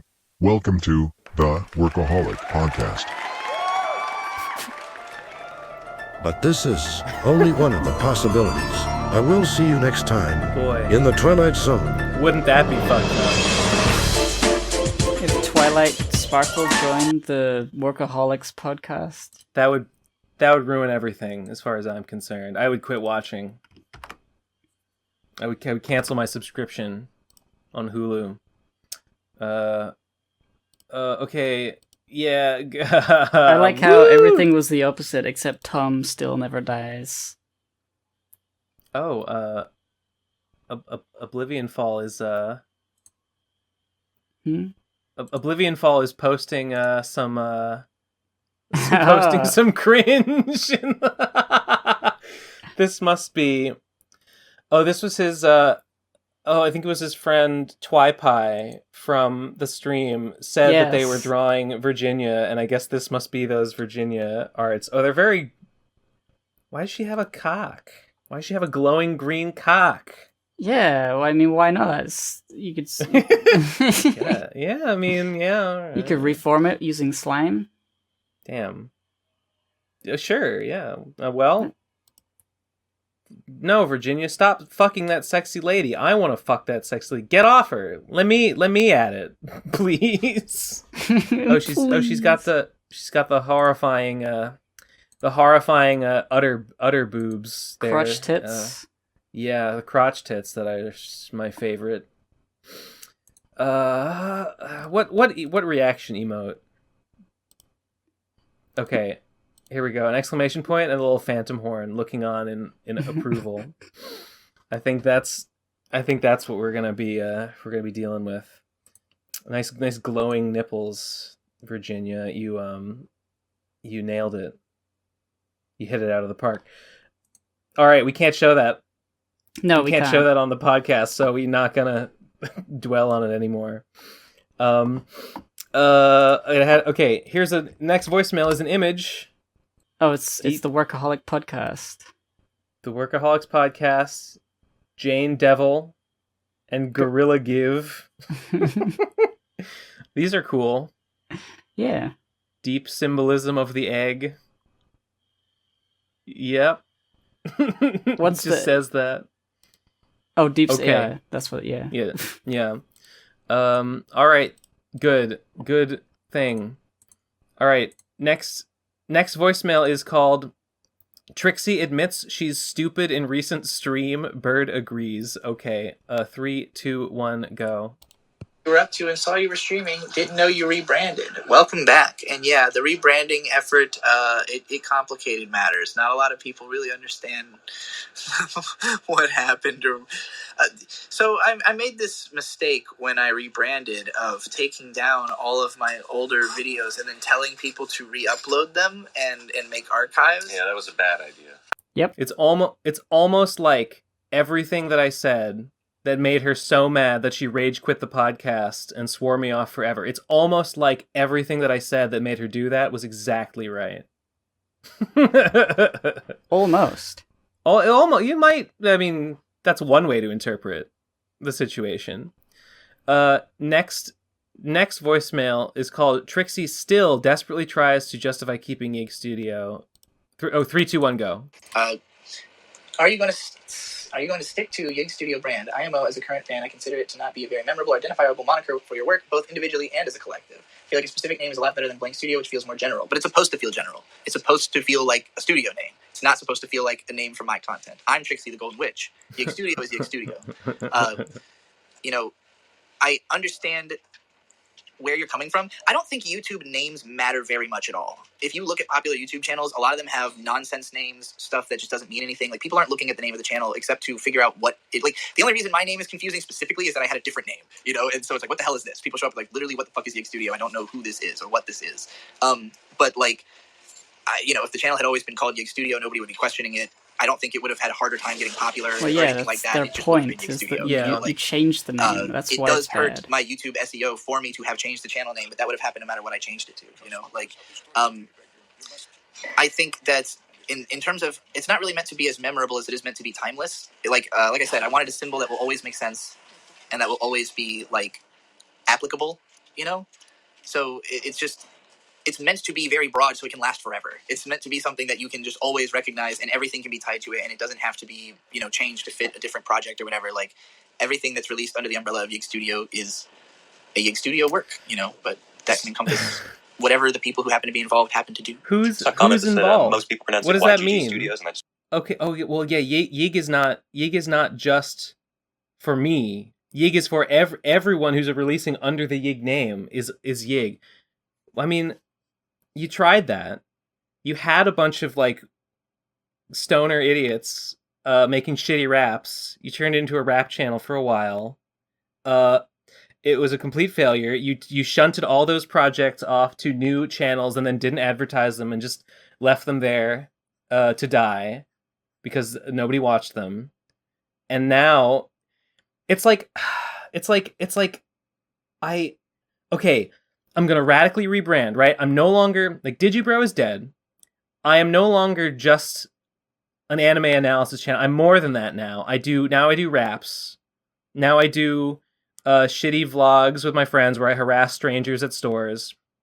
Now this is the channel, and everyone that doesn't like it was never a fan in the first place. And you're not even allowed to talk about my old persona.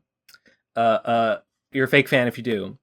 And then a year later, like, oops, everything about that was a failure. Okay, well, here's what I'm gonna do. I'm gonna go back to doing the exact style of content I did before. I'm gonna do the exact stuff I did before I rebranded, that people used to like. Just gonna try and do that again. But I'm still Yeek Studio. I'm still not that old channel. You're still not allowed. That Digibro was still just a character I was playing. Not even a real person. It was all just an act, and you fell for it. I am going to continue to do exactly what they did, but it was still just an act. I don't know. Whatever. It's dumb. There's no studio. It's just me posting anime reviews again. But I swear, guys, Yig Studio is still a thing. One day we'll make Low Rent Witch. One day we'll make that original anime drawn by Mint Salad. Lamau. Okay, whatever. Next voicemail, I guess, is called B. 3, 2, 1, go. Okay. Next one is a YouTube video. Bitcoin $100. Experts are now saying Bitcoin be worth $100. Okay, 3, 2, 1, go. Experts are now saying Bitcoin could be worth $100. And what this means is basically that if you have $100, you could purchase one Bitcoin.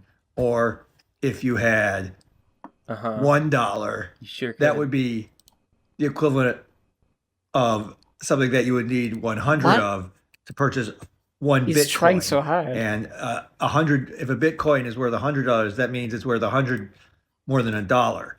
And if you have 100 This Bitcoins, guy. then you have Okay. that's worth Got it. The most That's brain 100 workingest crypto bro. 99 Bitcoins. Damn, imagine Bitcoin $100. Okay, the space between the bit and the coin. Okay, I get it. Very funny, very droll. Imagine if Bitcoin $100. I, for one, can't even. All right, next one is called Soul Link Nuzlocke. 3, 2, 1, go.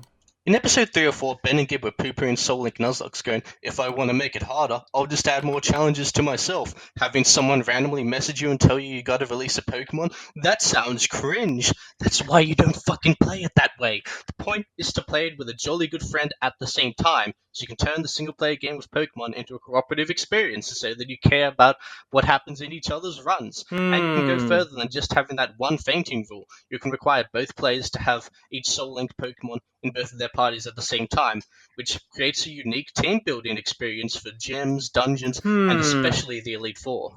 Okay, yeah. If you were playing it, if you were sitting in the same room and playing the same battles as someone, then yeah, I guess I can see how that would. It seems really inconvenient, but I can see how it would be fun, and I can see how it would be a more unique experience than a regular Nuzlocke. I guess I would get it if that's how you did it. Okay. Next one is called, it's a YouTube link. It's 11 minutes. Oh, it's a Yig Studio video. Who cares? And no, we're not watching an 11-minute video as a voicemail. What am I supposed to have an opinion about Spy X Family is for everyone. Maybe it is. It's I an don't anime. care. I don't fucking care. Why would you send this? Okay, whatever. At least it wasn't long. Next one is called Casual Gamer. 3, 2, 1, go. Hey, Ben, I don't know. I started your game and, I couldn't make it through the first hallway. I don't know. I guess I'm pretty casual gamer, but it just made me feel like I didn't want to play anymore. And that's it. Bye. What do you mean you couldn't make it through the first hallway? The game is all one hallway. Maybe you're they gonna assumed it was bigger than that. You're gonna have to be more specific. If you're Just use all of the buttons until you win. Yeah, if you're losing, try shit in the menu. Explore the options in the menu until you find some stuff, and then just see what it does. you gotta kind of just trial and error, fuck around, and find out what stuff does, and then you can figure out how to win. That's how you do it. I don't know. I don't want to get more specific than that. An idiot like Oblivion Fall figured it out. Even someone as lowly as Give and Take figured it out. Surely you. And I consider you. myself a casual gamer. Right. So there you go. Oblivion said he doesn't even play video games, or not much, or so he said on the stream. So even my mom was kind of figuring it out on the second try. She just was bad at selecting the Sonichu. And I gave the game to my dog, and my dog won. Right, even quicker than I did. Rolled around on the keyboard and he won. What are you doing? So you gotta have better excuses than that. I gave it to a Zygote, and the Zygote completed it in like a fucking speedrun time. I sacrificed the game on an altar to God, and God sent it back, and he had won. He had beat it quite easily. It only took him like 2 hours, so he was actually pretty good at it. He understood the mechanics intuitively. Next one is called @It'sAlsoUgly. Hey, that's my Twitter handle. 3, 2, 1, go. Ben Saint, after relentlessly abusing a drug-addled neurodivergent trans woman and now setting your sights on a small 7-year-old Japanese girl, is there anyone you won't harass? Well, I swear to God, people were acting as though she was actually like a little baby. Even though, guys, she was like posting about the thing. She was posting about my bullying, ooh. She was doing it in character. She was staying in character as she was posting about it. She doesn't give a fuck. It was fine. Nobody cares. If you care, you're fucking stupid. Okay? You're fucking stupid if you think this was a big deal at all. Econ wrote pages and pages. He wrote like 30 fucking replies to me about it. He was like, he would not shut the fuck up about this dumb nonsense. Guy's fucking stupid. That guy fucking sucks. I don't know what the fuck is wrong with him. This was like intolerable to him. That guy's full of fucking nonsense, and I can't fucking stand it. That guy did me a solid. When I had that breakup, and he let me crash on his couch for like a few weeks. And I appreciate that so much that I've put up with him on Twitter for this long, but I can't fucking stand it anymore. He's too fucking much. I can't deal with it. How long do I have to abide by someone's nonsense just because they did me a solid? All right, how much is too much? 70 times 7. Turn the other cheek. Not anymore. You should do him a liquid. Okay. Next one is called Lord of Ghosts versus King Herod. Oh, it's a Vokaru. It's a Vokaru. Okay, here it is. 3. You got it? Yeah. All right, 3, 2, 1, go. God, it's 3 fucking minutes long. I'm gonna kill myself. Lord of Ghosts, I am overjoyed to meet you face to face. You've been making quite a name all around the place. Being spooky, not raising from the dead. What? That's stupid. Now I understand your mayor. Ooh, based. At least that's what they say. So if you're Mayor Ghost, yes, the sweet Lord of Ghosts, prove to me that you love slime. Let's go do some crime. That's all you need to, and I won't kill you. Come on, Lord of the Ghosts. I only ask what I'd ask any slimy bro. Look, there's a juvie. Let's hit the death blow. Oh, I love killing. Yes, I'm quite a fan. If you're gonna be mayor, well, you gotta lead by example, man. Exclamation point, give weapon. So if you're Mayor Ghost, yes, the sweet Lord of Ghosts, let's go and gorge on slime. It'll simply be divine. If you do that for me, I will let you go free. Come on, Lord of the Ghosts. what's this? You say you have a comic all about your life? But will it make me pog? You're saying it will? It will. Well, I guess I gotta read it and support the artist on patreon.com/giveandtake. Yeah. Enough haunting, it is time for you to kill. Slice and maim him, and slurp his slime with skill. Oh, I'm slime cooming, yes, I can't wait. I'm dying to be shown that you can truly titillate. So if you're Mayor Ghost, yes, the sweet Lord of Ghosts, prove to me that there's no cracks. Cleave this juvie's head with an axe. Is something wrong? Lord of Ghosts, why do you take so long? Come on, Lord of the Ghosts. Hey, aren't you scared of me, dude? Mr. Spooky Attitude. Ha! You're a joke. You're not my mayor. You're nothing but a spooky surveyor. I'll kill you for good. I always knew that I should. Goodbye, you Lord of the... Goodbye, Lord of the... Goodbye, Lord of the Ghosts. What's that above us? It says Nega Slime? I've never seen that before. What's going on? Wow. That's exactly how it happened. Huh? Yeah. That was great. That's my favorite song from Jesus Christ Superstar. I don't think I have anything to add. No, it was wonderful. Wonderful. Thank you, Dusty Dumps, for another masterpiece. Yeah. Next one is a YouTube. It's a YouTube link. 18 minutes long. Pro skater to award-winning actor, the Jason Lee story. Looking back, who? I don't know. Oh, this is the guy. He's a skateboarder. Okay. I know this actor. I know he's been in stuff. Who cares? Wait a minute.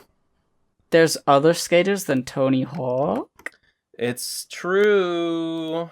No more skating, Tony Hawk, because you're just skating by after all that high-impact sport destroyed your tendons and ligaments. Destroyed your taint.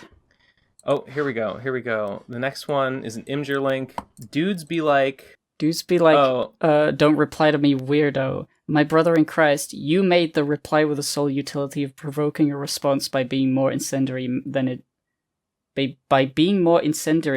is anything else. I don't know, fucking cry about it.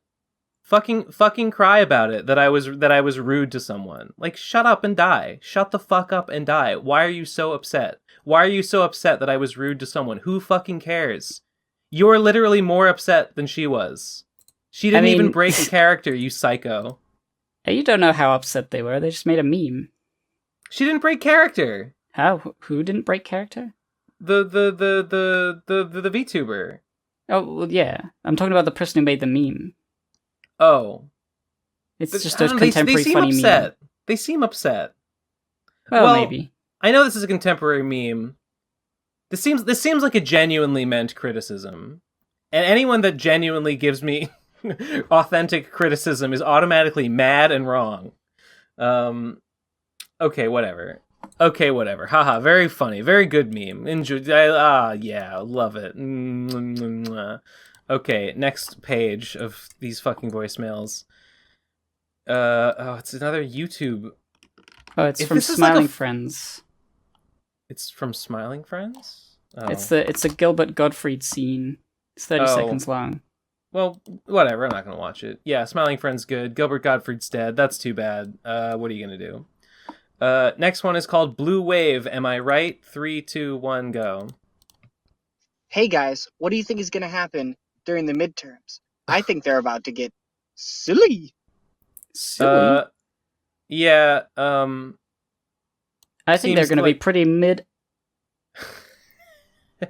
I've been seeing a lot of speculation that the midterms are not going to go well for the Democrats, and that's a shame. I mean, they only barely... Biden only barely beat Trump, which is embarrassing. Yeah. So and I don't think people have improved their opinion of him too much. So like, Yeah. I don't see it going too well, which sucks. But that's what you get with Biden, I guess. They have not really done that much. They have not really done a lot of the stuff they said they were going to do, like student loan forgiveness didn't happen. So yeah, I think it might not go so well. Also the like, I don't know, like all this the stupid like anti-CRT and like don't say gay stuff seems like weirdly popular with fucking the brainwormed American populace, I guess. I don't know if that's true or not. That's just my impression. Yeah, it's my impression as well. I hope it's not true, but maybe I think it's just that the Democrats are not providing anything of interest to anyone to oppose it. Yeah. There's just the only thing we're hearing about is like, look at how evil the Republicans are being, and the Democrats say nothing. It's like, okay, well, yeah. I guess that's the only political information going on right now, is the bad stuff. I mean, that's my impression. Oh well. Next voicemail is this YouTube link to this is I haven't watched these. This guy, the gamer from Mars, decided in the year 2022 to make a whole like the story of Chris Chan series. Boogie was in it, and I fucking hate Boogie. I know that this series does not respect Chris's gender, so it's bad. I don't know. How many times can one person be documented by so many different people? I mean, that's true, but that's been true. People have been calling Chris like the most documented person in history, like for a while. I don't know why this guy decided that now was the time for another one, but I saw it going around. I guess it got a lot of views, so I guess he was right. I don't know, whatever. But fuck this guy and fuck Boogie. True. I don't know, man. It's just it's really easy. It's really easy to just not misgender, but you chose to do it. So I mean that's on you forever, I guess. Next one is called A. 3, 2, 1, go. It is finally time to review another Paper Mario game. I reviewed Color Splash when it came out, and that was pretty early in my channel's life. Covering the game was what really launched my career. So it's kind of surreal to be here again. Enough time has passed that Nintendo has made another Paper Mario game, and here I am reviewing it as... I could barely hear that, but what was that?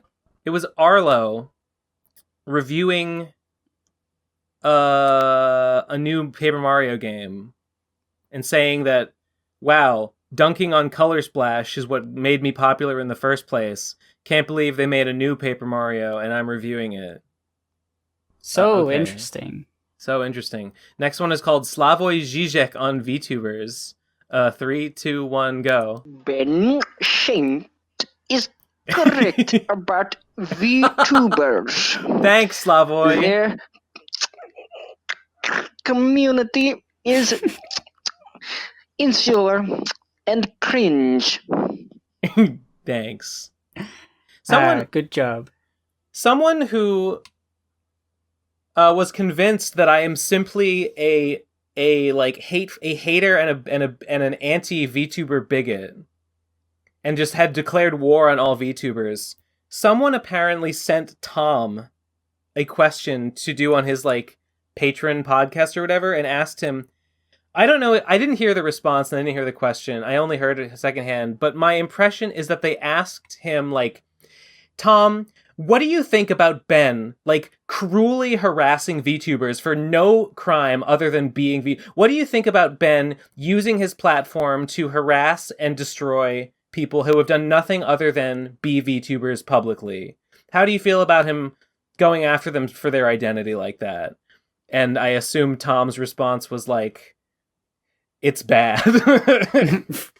But apparently... Anyway, the point is, somewhere in that question they said cringe, and my problem with the post was not that it was cringe. I guess it sort of is, but that's not really. It's not merely that like, oh, the post is cringe and so I hate it. Like it's not so so banal is that. It's mischaracterizing what I hate about it. But whatever. Okay. Next one is a stupid YouTube link that I guarantee we won't watch. It's Yig Studio again. Why? Yeah, I get it. Yeah, she's somebody- putting out, like, she's shotgunning out a bunch of stupid little videos. Who cares? I think the person putting all these YouTube links might be the same person. We don't listen. We don't watch them, so don't. I do would that. I would suspect probably so, but I would never. I don't even. I mean, obviously, we're not gonna watch it. Maybe you think that this is like suggesting something for us to talk about, but no, of course not. You should What put that in a voicemail if you want us to talk about something specific, and then have a YouTube link as like context that we can watch later if you really want to. But like, just putting a link isn't going to do anything. But even if the question is, "What do you think about this video?" the answer is nothing. Sure. Next one is a very innocent question. 3, 2, 1, go. Ben Saint, I have a question. Does your sister look more like you as a girl or more like Nate as a girl? I need to know for my masturbation fantasy. K, thanks, bye. Oh, okay. Oh, that's why you want. I think that my sister and Nate look a little bit more like our mom, and I look a little bit more like our dad. So I think Grace looks more like Nate. That's my opinion. Okay. Like that one picture of Nate with the long hair. Sorta, yeah. Okay, next one is called What's in Your Fridge? 3, 2, 1, go. Hey, guys and gal. What do you keep in the fridge? Like, all the time. Me, broccoli. Goes with everything. Ben, you can't say seltzer. I don't keep my seltzer in the fridge. I keep it on a shelf because I don't really care if it's cold, and I don't have enough space in my fridge to hold all the seltzer. I have like 30 bottles of seltzer on my, maybe not 30, maybe 20. I put milk in the fridge because I either have cereal with milk or I put milk in my tea, and I always need milk. I keep low calorie ice cream in the freezer, but that's not what you asked. In the fridge, I keep some vegetables, like some tomatoes and some like greens, like some spring mix greens. I keep cold cuts, ham, turkey, eggs,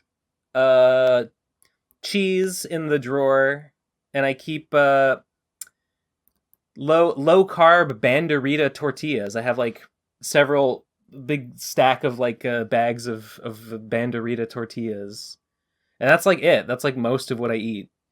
Oh, sauces, Caesar dressing, ranch dressing, butter, cheese. I mean, it's just stuff. Stuff needs to be cold, I guess. That is basically all I keep in my fridge, because that's pretty much most of what I eat. What I just listed off there. Make a lot of wraps. Cook a lot of eggs. Make egg wraps sometimes if I'm feeling crazy. We have eggs outside the fridge. We have eggs on we have one of those weird like egg. I guess you don't have spirals. to refrigerate eggs. Yeah, I don't know. I don't know what they're called. Egg. I would type in that egg holder spiral. Oh. Yeah. Oh yeah. Huh. I guess on there. I think eggs do keep longer if you keep them in the fridge, but like I know you don't have to keep them in there. I eat eggs basically every day, so I see. There's a problem. Heck, maybe I should. I do need to conserve fridge space. Maybe I should just start keeping my eggs out, because I share my fridge with like 4 other guys. So I'm always like, push my shit out of the way. All right. Next one is called Vinegar Man from the@rapist.com. Next one. Okay, 3, 2, 1, go. The Simpsons women stared in amazement at Ben Saint, saying the N-word 3 times without flinching. Holy shit! I love Ben Saint. Thanks. Oh, they made you say it. Vinegar. Oh God. Dude, we're gonna get cancelled. That's good. I feel, wow, this guy really got me. This guy really he really planned this one out, and the plan worked perfectly. I tip my hat to you, sir. I have been bested. Okay. Next one is called Killer Prince 3930. 3, 2, 1, go. Hey, listen to my Stitch impression. Ohana means family. Nice. I can also make an Obama. Now, let me be clear. Michelle. No, let me be queer, Michelle. That was, your Stitch was a lot better than your Obama. Which one was which? Which one was Stitch? You mean? No, you don't. No, that's not what you meant. I mean, there's only two things I could have said that. Post image. This one, this is a link, but it doesn't work. Wait, it's gotta work. Doesn't work. Sorry. This image No. link, this post image link doesn't work. You should test. I don't know whether like SpeakPipe like shortens titles, but double check please that your links work before you post it. What if I just did the part in front of that last slash? Does this one work? No, it doesn't work either. Sorry, it doesn't work. Okay, next one is called Hi Ben. What's your opinion on Super Smash Bros? 3, 2, 1, go. Okay, I think it's just empty. I'm not. I like it. It's fun. I guess it's fun to play sometimes. I'm not very good at it. The only people who, well, I used to play it sometimes with my roommates, which could be fun. Nowadays, the only people I would ever play Smash Bros with are the people at Munchie's house, and those guys are way better than me to the point that I just can't play with them. Yeah. They're just playing a different game than I am, so I don't really play it anymore. But it's fine. I was never like a huge fighting game guy anyway. I was pretty similar. It was fun when I was young because I could like spam like Samus's like up B over and over again and get them every time. And then they got whoever I was playing with, they just grew up, they learned how to play, and I didn't. Now I can't play the game anymore, so I just have not bought the new one. Remember, if you will, the Slime Fest where me and Munchie played. We battled in Smash Bros. Brawl, and it was the least fun thing that has ever happened to me in my entire life. Because I just don't know the game at the same level. I just don't know what I'm doing. But that's not the game's fault. Okay, next one is an Imgur link. Remember this? Hey, look at this.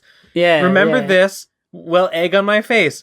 Dudes be like, don't reply to me, weirdo. My brother in Christ, you made the reply with the sole utility of being incendiary. I've since changed my mind, realized I hate this discourse, so now I'm the one whose message unprompted an unwanted response. How rich. Ben Saint undefeated once again. I am genuinely... That's character development. That's nice. I'm genuinely... Honestly, I wasn't... After thinking about it for a second, I wasn't that mad about the first one, although I still disagreed with it. I'm genuinely impressed by the level of, like... I thought about what I said, and I've come to a new opinion about it. I feel like this is what's the word? An uncommon level of, like, self-reflection has been displayed here. Yeah, it kind of is true. You also said something to frustrate me. Anyway, all water under the bridge, man. Good meme, actually. Fuck that dumb bitch and her stupid baby talk. Let's kill her. Next one is the quantifiable PCP member formula. 3, 2, 1, go. All right, listen up, right? Yeah. So, you know, Ben and Gibbon Take, they have all these sorts of guests, and they're on all the time, but they're not members of the PCP, so you claim. Now, how do you quantify a member of the PCP? Let me tell you, okay? You might remember him. There's a man named Jeff Thu. And he was at one point considered a host of the Procrastinators podcast, and he was only on 3 episodes, okay? So I think quantifiably that means that any guest that's been on the PCP more than 3 times is an official member of the PCP now. You can kick them off, like you kicked Jeff off, but as of right now, they are members of the PCP. Fucking Cheesy Manfredo, PCP. Gamers Tavern, PCP. It's fucking all PCP all the time, Ben's saying. It's all PCP. You can't escape it, Ben. Okay. I'm really fucking high right now. I ate some Weedos, bro. Oh, boy. Okay. Ben's saying, I hate your guts, but you have a good podcast. Thanks, man. Keep doing what you're doing. If you're there, hi. I like you. I have no problems with you. Yeah, thanks. Bye. Thanks, dude. We didn't technically kick Jeff. We basically just we and Jeff mutually agreed, like, you're not really like a part of this podcast. Like, okay. Yeah, I think he just sort of left at some point. There was a very brief period where like Blind Skywatcher was in the chat. What? I don't remember. Do you remember that? No. Trixie brought them in. And I don't know whether they were like to be a member of the Procrastinators, but like it was just like a friend, and they were cool, but like they didn't interact either, so they left. Yeah, a member is just whoever we say is a member, and that's it. We're just not. That's literally that's it. Okay, that's the answer. The member to be a member means you have to have gone to BronyCon. Yeah. And no one has done that except us. That's the disqualifier. Next one is called "This Voicemail Has Lore." 3, 2, 1, go. Oh God! The Nate fuckers are here. I left a voicemail saying they were cringe a year ago, and now they've come for me. Oh God, Ben Saint. What have I done? What have I wrought, Ben Saint? They teamed up with Sonichu. They have dragons. They're fucking here, dragons. Bro. Oh my God. Ah! Yeah? Well, what did you fucking expect? You called the Nate fuckers cringe, and they didn't get to fuck Nate. So, like, what do you think? Where do you think they're gonna go? Where, Final Fantasy VII. They have dragons and Sonichu. Man, that is lore. That's accurate. Okay, next one is called Nate Theory. 3, 2, 1, go. All right, I've got a theory about what happened to Nate, okay? Now listen up, you fucking sheeple that believe the real story, what we think is the truth. Here's what happened, okay? Nate, best guy ever, fucking died. He's dead. He slipped and fell and hit his head during a shower speed run. And that's why he hasn't been on the PCP. Now you're thinking, like, he streamed, right? But how? It's Ben Saint. He is Weekend at Bernie's-ing Nate's corpse to spread a narrative that he is not dead, but they can't be in the same place at the same time because Ben is Nate, so that's why he's not on the PCP anymore. Case closed. Well, I guess he cracked it. Yeah, I like the shower speed run because that's around the time Nate stopped coming on. Was when that was new. He slipped and fell and died during a shower speed run. We all we can't let this get out. We can't let this get out anyway. We got to retain the sanctity of the shower speedrun. We got to keep people doing that. Yeah. We can't let them know that it's dangerous. If we let them know that one of our own guys slipped and fell and died during a shower speedrun, then we'll be liable when other people inevitably do that, and we don't want that kind of responsibility. So, the rest is history. Next one is called "Is Gib Dead?" 3, 2. Well, Gib. I don't know. Let's see Let's their find case. Out. 3, 2, 1, go. Hey, Gib, did last year you talked a lot about your mystery illness? Did you ever get that, like, sorted out or figure out what it actually was? Are you doing better? Are you dead? You don't have to answer if you don't want to. I was just worried. Seagulls in the background. Seagulls. They're on a pirate ship right now. I am not dead. What it was it's still a mystery exactly what it was caused by. But I was like extremely low on vitamin D, and I had to take supplements.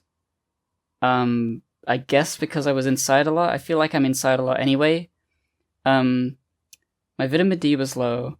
I have a hunch that it had to do with like weird doses of like the HRT I was taking. I'm taking it still, but like it's fine now, so I'm not entirely sure what it was. I at the time I was living somewhere different, so it could have been something in that place. I don't know. But I'm all right. I'm fine. I'm glad that's over. Yeah. Yeah, weird. It could also be like a number of things, like little things colliding. Like maybe I was eating badly as well as all those other things. I don't know. So you're saying you faked it? I'm saying I faked it for attention. I got loads of money. Yeah. all right. As long as you made a turn to profit. As long as you faked it. As long as you faked it and made money. Okay, next one is called Fuck Trixie. 3, 2, 1, go. Shut up, Ben. No! They got you. Ah! Next one is called Ben's Weekly Reminder Play Deltarune Chapter 2. Okay, someday. Next one is called Oblivion Fuck. 3, 2, 1, go. In episode 295, Oblivion Falls said he'd upload all of his compilations of voicemails to the Them Snakes channel by the end of February, and then the comments he said it might take until March, and now it's halfway through fucking April and they're still not there. Where are they? I saw I him... think they are up now, right? I think I saw a video. Oh, did you? I saw him replying to like a YouTube comment like this week saying that he would do it like soon. So maybe he did. I don't know. I could swear I saw it posted somewhere like kind of recently, like within a day or so. I don't know which chat it was in though, so I can't find it. I don't know. I don't remember which channel he said he was going to upload it onto. It's either up already or he says he's going to put it up like soon. So. It was on the Them Snakes. Or maybe it was unlisted on Them Snakes because it's not public. Man, I don't know. I guess he said he was gonna post it. I think like yesterday or the day before I saw him reply to a comment saying like, yeah, I'm gonna do it like tomorrow. So probably soon. It should be up. I think. He's been saying that he wants to get that up, and people have been asking him for it. Next one is called Ukraine Loves Nazis. 3, 2, 1, go. In episode 305, Ben and Gib were wondering why the US, Ukraine, and a bunch of other countries voted against or abstained on a UN resolution about hating Nazis. In explaining their vote against it, the US said that while they hate Nazis, the UN resolution was actually a Russian attempt to propagate a narrative that its neighboring countries glorify Nazism, and that Russia had been pushing that sort of things in the UN since 2005. The specific vote you guys found was from 2020 and predates the recent invasion. Apparently, US and Russia tried negotiating on some ways to reword it, but couldn't come to an agreement. Yeah, I think after that episode finished, I went to look into that particular thing, and I found the same, like I came to the same conclusions that it was a Russian propaganda thing to make it look like, and so it was like that's why the US, and Ukraine voted against, and every other country abstained because they just didn't want to get involved, I guess. Okay. So it was not what it seemed as on the tin, as these things often. Well, damn, they get blown out of the water. I guess it worked then because now they can show that graph being like, see, only the United States and Ukraine voted against it. Yeah, that's sort of the point. Well, I don't know if that's the point of doing it in the first place, but certainly a result of it is that people who do not look into it too hard get the impression that that's what it's saying, and then they just use it as a point. They could just post it. I see. Well, okay, next one is called Slime Times Exposed. 3, 2, 1, go. RFCKs suck. RFCK stinks. It's Endless War's a shitty game, shitty community. They'll take you in and they'll chew you out, and spit you back out, and they'll all betray you. The game itself isn't even fun. Killers just fucking cheat. That's their whole thing. They just openly love exploiting and abusing. And just making the game not fun for anybody, and then the rowdies are fucking cowards. They just enable it. Which bar is They'd this rather guy make at a drinking? secret little cabal and whisper to themselves instead of being Yeah, he's their at the goddamn king's wife's namesake son. and going out there loud and proud like their kingpin once would have, and fucking starting an open and honest conversation. Don't do it. Don't listen to that little European fellow that comes in every week. Fucking tells you to play RFCK. He's just tempting you. He's literally a demon. He's a fucking snake. Read his comic if you don't believe me. He's literally a demon. That's true. Don't do it. I've seen him. Thank you. Thank you. Yeah, he's crying. He's crying into his oh,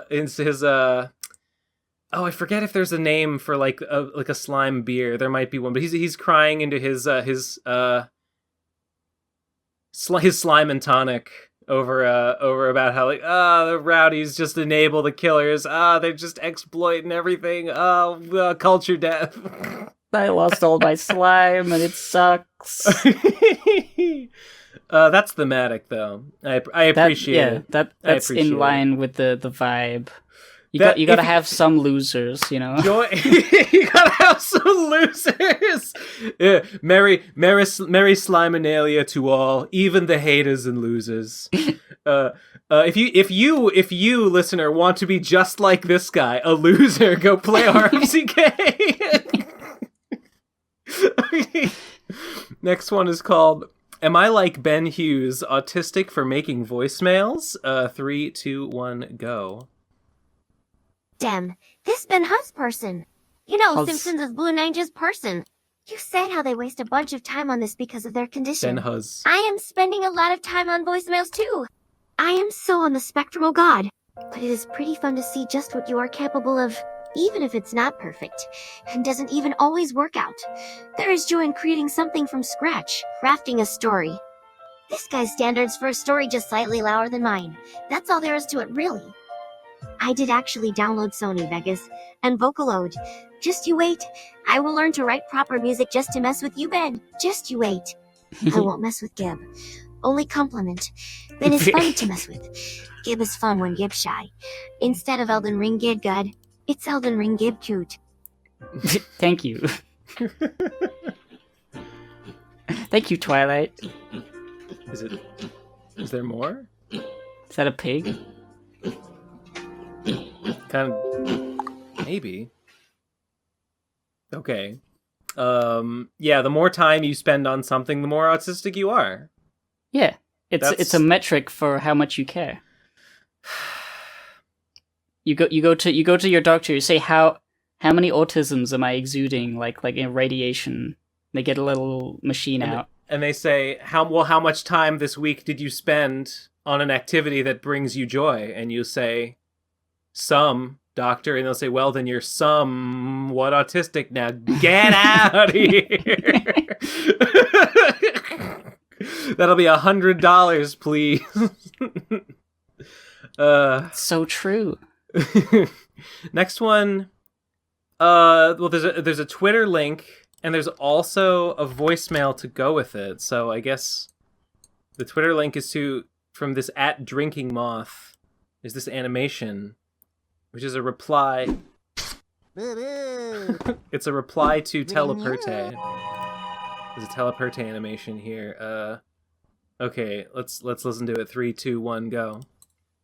So anyway, did you ever notice how the coolest animation has crazy camera movement? Telput always has something going from front to back. Perspective movement is my sexuality. No. Let me try this again. Perspective movement is my sexuality. Like, this clip is so simple, but those two hooshes had so much. This is why we don't like top-down perspective games, probably. I mean, they're saying that they really like how the animation includes the box moving in perspective, which is true. Is this person drinking Moth, or are they? I don't know. I don't think they are, but they might be. But they didn't say that they are.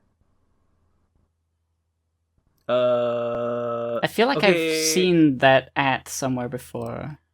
Yeah, me too. Oh, they follow me. They might... Yeah, no, they're probably drinking. Yeah, probably. There's a nice little animation. I mean, I like perspective. It's good. You know, you should follow Ulalilia, who really likes parallax scrolling.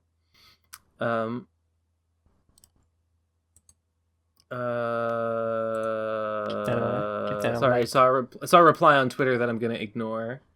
It's not pertinent to what's going on right now. Next one is called "Are Voicemails Dead?" 3, 2, 1, go. Oh, okay, the answer is yes. Next voicemail. That was the last one. Next one is okay. It's another Drinking Moth link, which is not embedding. Oh. Whatever. I'll just open it up on Twitter. I got reincarnated as a Lithuanian girl, but I need to take revenge on Ben Zane for stealing the Kawasaki scroll.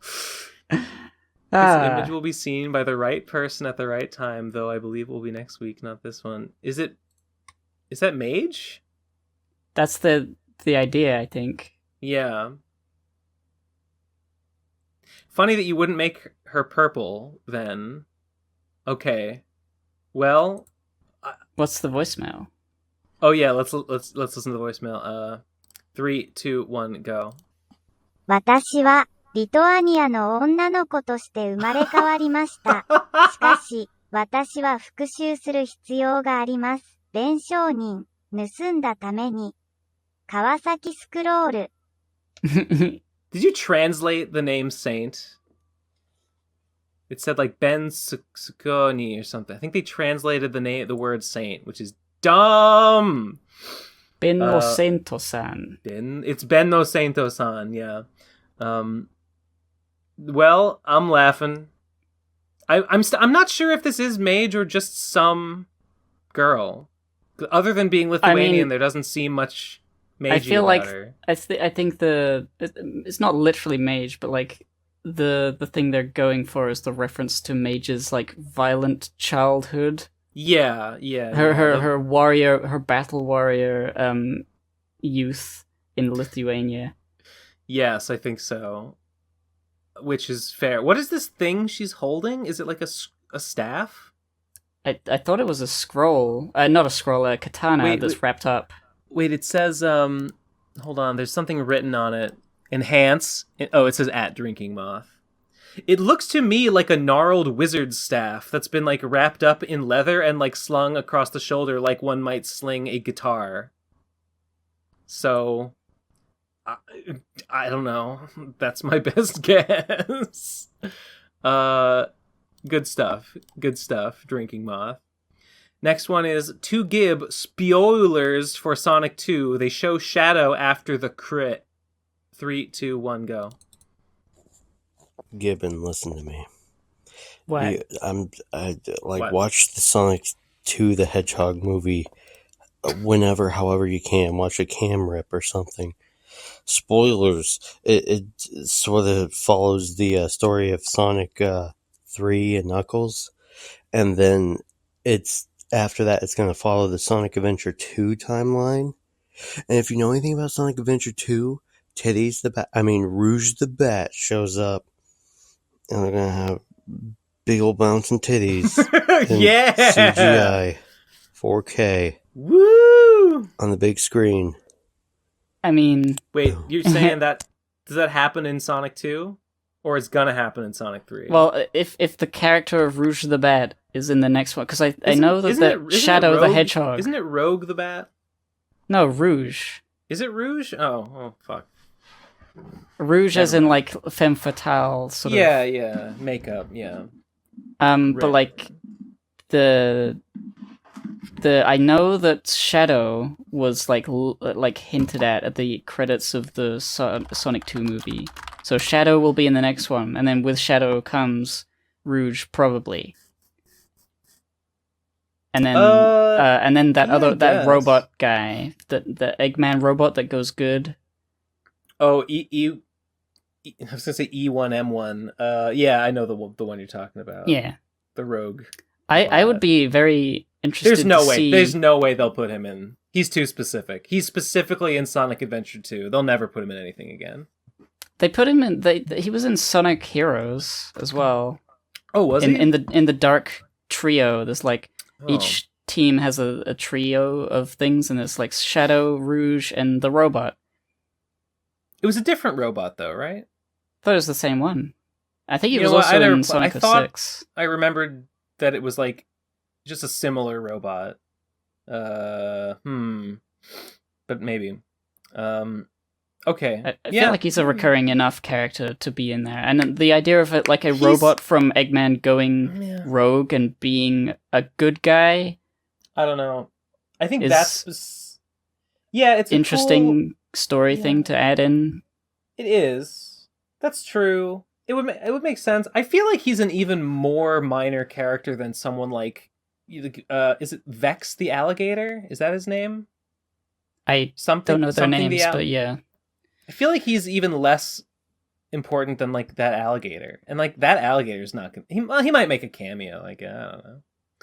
Yeah, in any case, they'll probably if Shadow's in there, they'll probably have Rouge, and I would be interested to see how big the boobies become for a family movie, because her design is so like boob centric, sexual. It's not really that.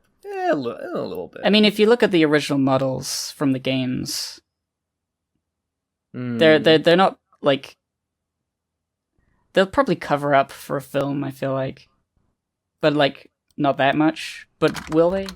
That's the most important thing. she was an original.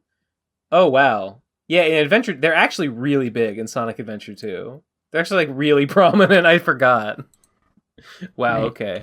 Yeah, maybe. Rouge the Bat. Which one's Sonic Adventure 2? Yeah, I feel like they'll tone him down a little bit from this. Next one is an image. It's a YouTube link. Yeah, you're right. Sorry, it's a YouTube link. I bet this one's gonna suck. It's just some guy. It's another review. It's a review. Whatever. Okay, I'm not watching it. Bye. Next one is an Imgur. There we go. Oh, so Ben Sainto correcting Ben Sainto. Ben Sainto.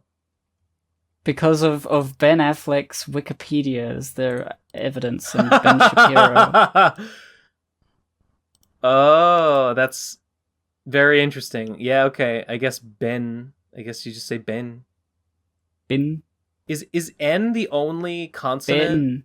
Is that the only consonant sound in Japanese that doesn't have a vowel? Maybe there's not. Because I thought most of Japanese consonants were like a, e, I, o, u, ra, re, ri, ro, ru, sa, se, si, so, su. Well, they have N. Like, you can't really... Yeah. But is that the only one? I don't know. I don't speak any language at all. Okay. Well, fair enough. Now we've all learned something. I like that it's. I'm looking at the symbol for no is just that curved line, and the symbol for N is a very similar curved line, but with like another dash on top of it. I find that fascinating.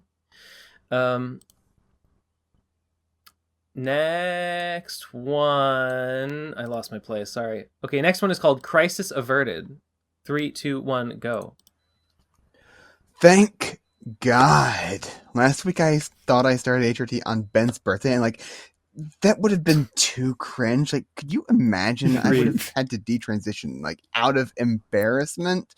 The only thing more cringe than starting HRT is starting it on Ben Saint's birthday. Thanks for clarifying, and happy belated birthday, Ben Saint. Thank you. Mwah. Next one is called Phantom Horn. 1 of 2. 3, 2, 1, go. Ben Saint, your game Phantom's Revenge, that was a lot of fun. I just have one request. May I, pretty please with a cherry on top, have permission to draw fan art of your OC Phantom Horn? No. Thanks for asking. No. Ask I feel like for permission if you don't want to do it. Always ask for permission if you hate yourself. Sorry, because sorry. The answer was yes by default, but when you ask, it flips that switch. I'm sorry. These are the rules that I made up. Next one is Phantom Horn 2 of 2. We'll listen to it first. 3, 2, 1, go. Surprise, bitch. I drew it anyway. Oh my god! Happy belated birthday, Ben Saint. Here's All right, Phantom Horn getting squished by a train. No! Okay, let's see. Oh, no. Wait, is this post-squish? And he's got, like, stars swinging around his head? Like, oof, ooh, that hurt a little bit. Yeah, I guess it must... Damn, he looks pretty good for having just been run over by a train. Yeah. He's probably, like, made of that gomu, you know? Yeah, he ate the... Yeah, because Luffy ate the Nika Nika fruit. So actually, the real Gomu Gomu fruit, Phantom Horn, just like found it in the trash one day and just ate it by accident. As he often does. I like his hoodie. I like she gave him a little pink hoodie with a black. That looks cool. I like it. Oh, this is pre-slime. He has the old horn. I mean, if he had the slime, he would definitely survive being run over by a train. Yeah. Obviously. But this is pre, so it's a little scary. Okay, next one is... Oh. Next one is... Thank you, by the way. I like it. I love it. Next one is Ben's weekly reminder to upload these episodes to Spotify. I will. I'll do my best. I don't know if it will work, because I've never done it before. Okay, next one is a YouTube link. It's a link to the Garlic House music video. Okay, cool. You want us to talk about? We already talked about it. We already talked about it. It's cringe. It's it's cringe, but I'm glad it exists. Yeah, it's fine. Watch the Garlic House music video. It's funny. It's painful, but it's funny. Check it out if you want to have a fucking rollicking good time. Okay, next one is an Imgur link. It's a CHCW. Oh, SHCW. Who's that? This is the guy who always comments "No Nate, no watch." See you next week. Oh, I see. Yeah, his name is SHCW Videos, and yet his channel has no videos. I wonder what the SHCW stands for. I also wonder that. Maybe you can let us know in the comments, along with your typical response, if you feel so inclined. I'd be curious to know. Thank you.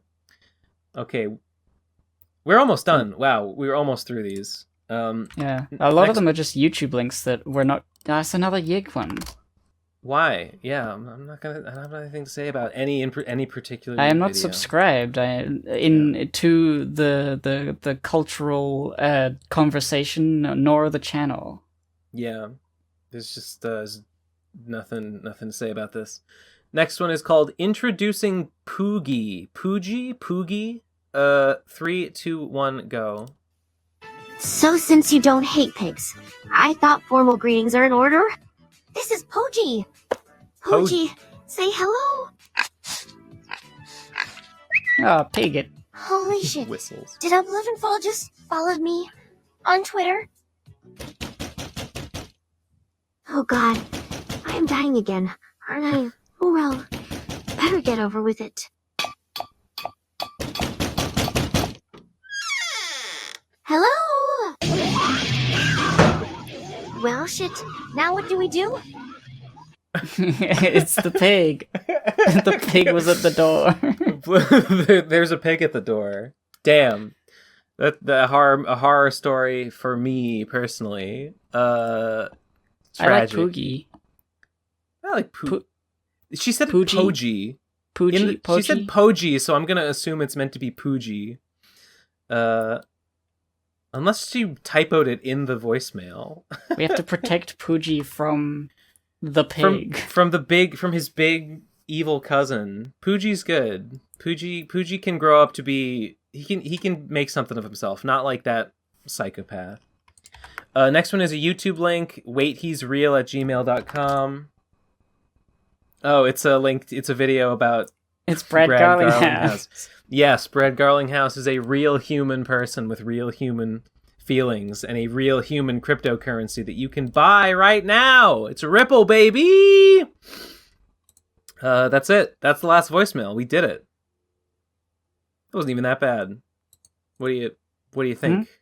I said that's the last voicemail. We actually did it. It wasn't as bad as I thought. Yeah. It's a good day. It is a good day. I'm feeling good. I got up early to finish that Tales Gets Trolled page, and now we've done the podcast in it under 3 hours. Yes. There's a few people who are crying right now. People say no. I saw someone. I have two more hours to work my shift digging ditches at the graveyard. I'm sorry about those people. Yeah. There's somebody on the last episode. It was 4 hours long. And they're like, could you please make a 5-hour episode? Yeah. Come on. Only 4. Just why? Just keep it going, man. Yeah. No, I will. All right. I will put those bonus episodes up. Yes. I will attempt to get that shit on Spotify and the other Apple Podcasts and whatever else. Hopefully before this episode goes live, and we have to continue. Check out my Tales Gets Trolled page. Link in the description. Check out my Tales Gets Trolled page. I worked really hard on it. Yes. Yes. Oh, and we have to keep posting to the Patreon. We have to remember that. Yeah, I don't think I'm gonna forget again. I'm really mad. I'm really fucking mad about that. But it's too late to do anything. Yeah. Yeah. We were considering like posting all of the episodes individually, and people would get charged for them this month.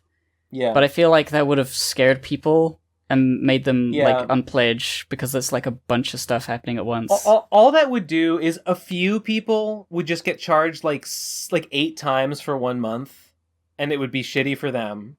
Yeah. And most people it would just exceed their monthly limits that they place, and it wouldn't even it would make a little bit of the money back, but not most of it. So I don't even think it's worth. We just got to call March a lost month. It's a bummer. But hopefully you patrons will consider it a gift, a lucky strike.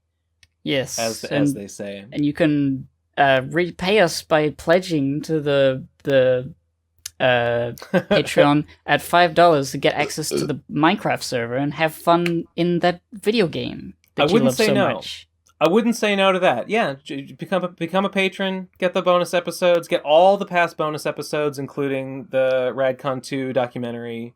Join the Minecraft server. Marin Pan will help you get it set up, and he will be overjoyed. Here's the thing.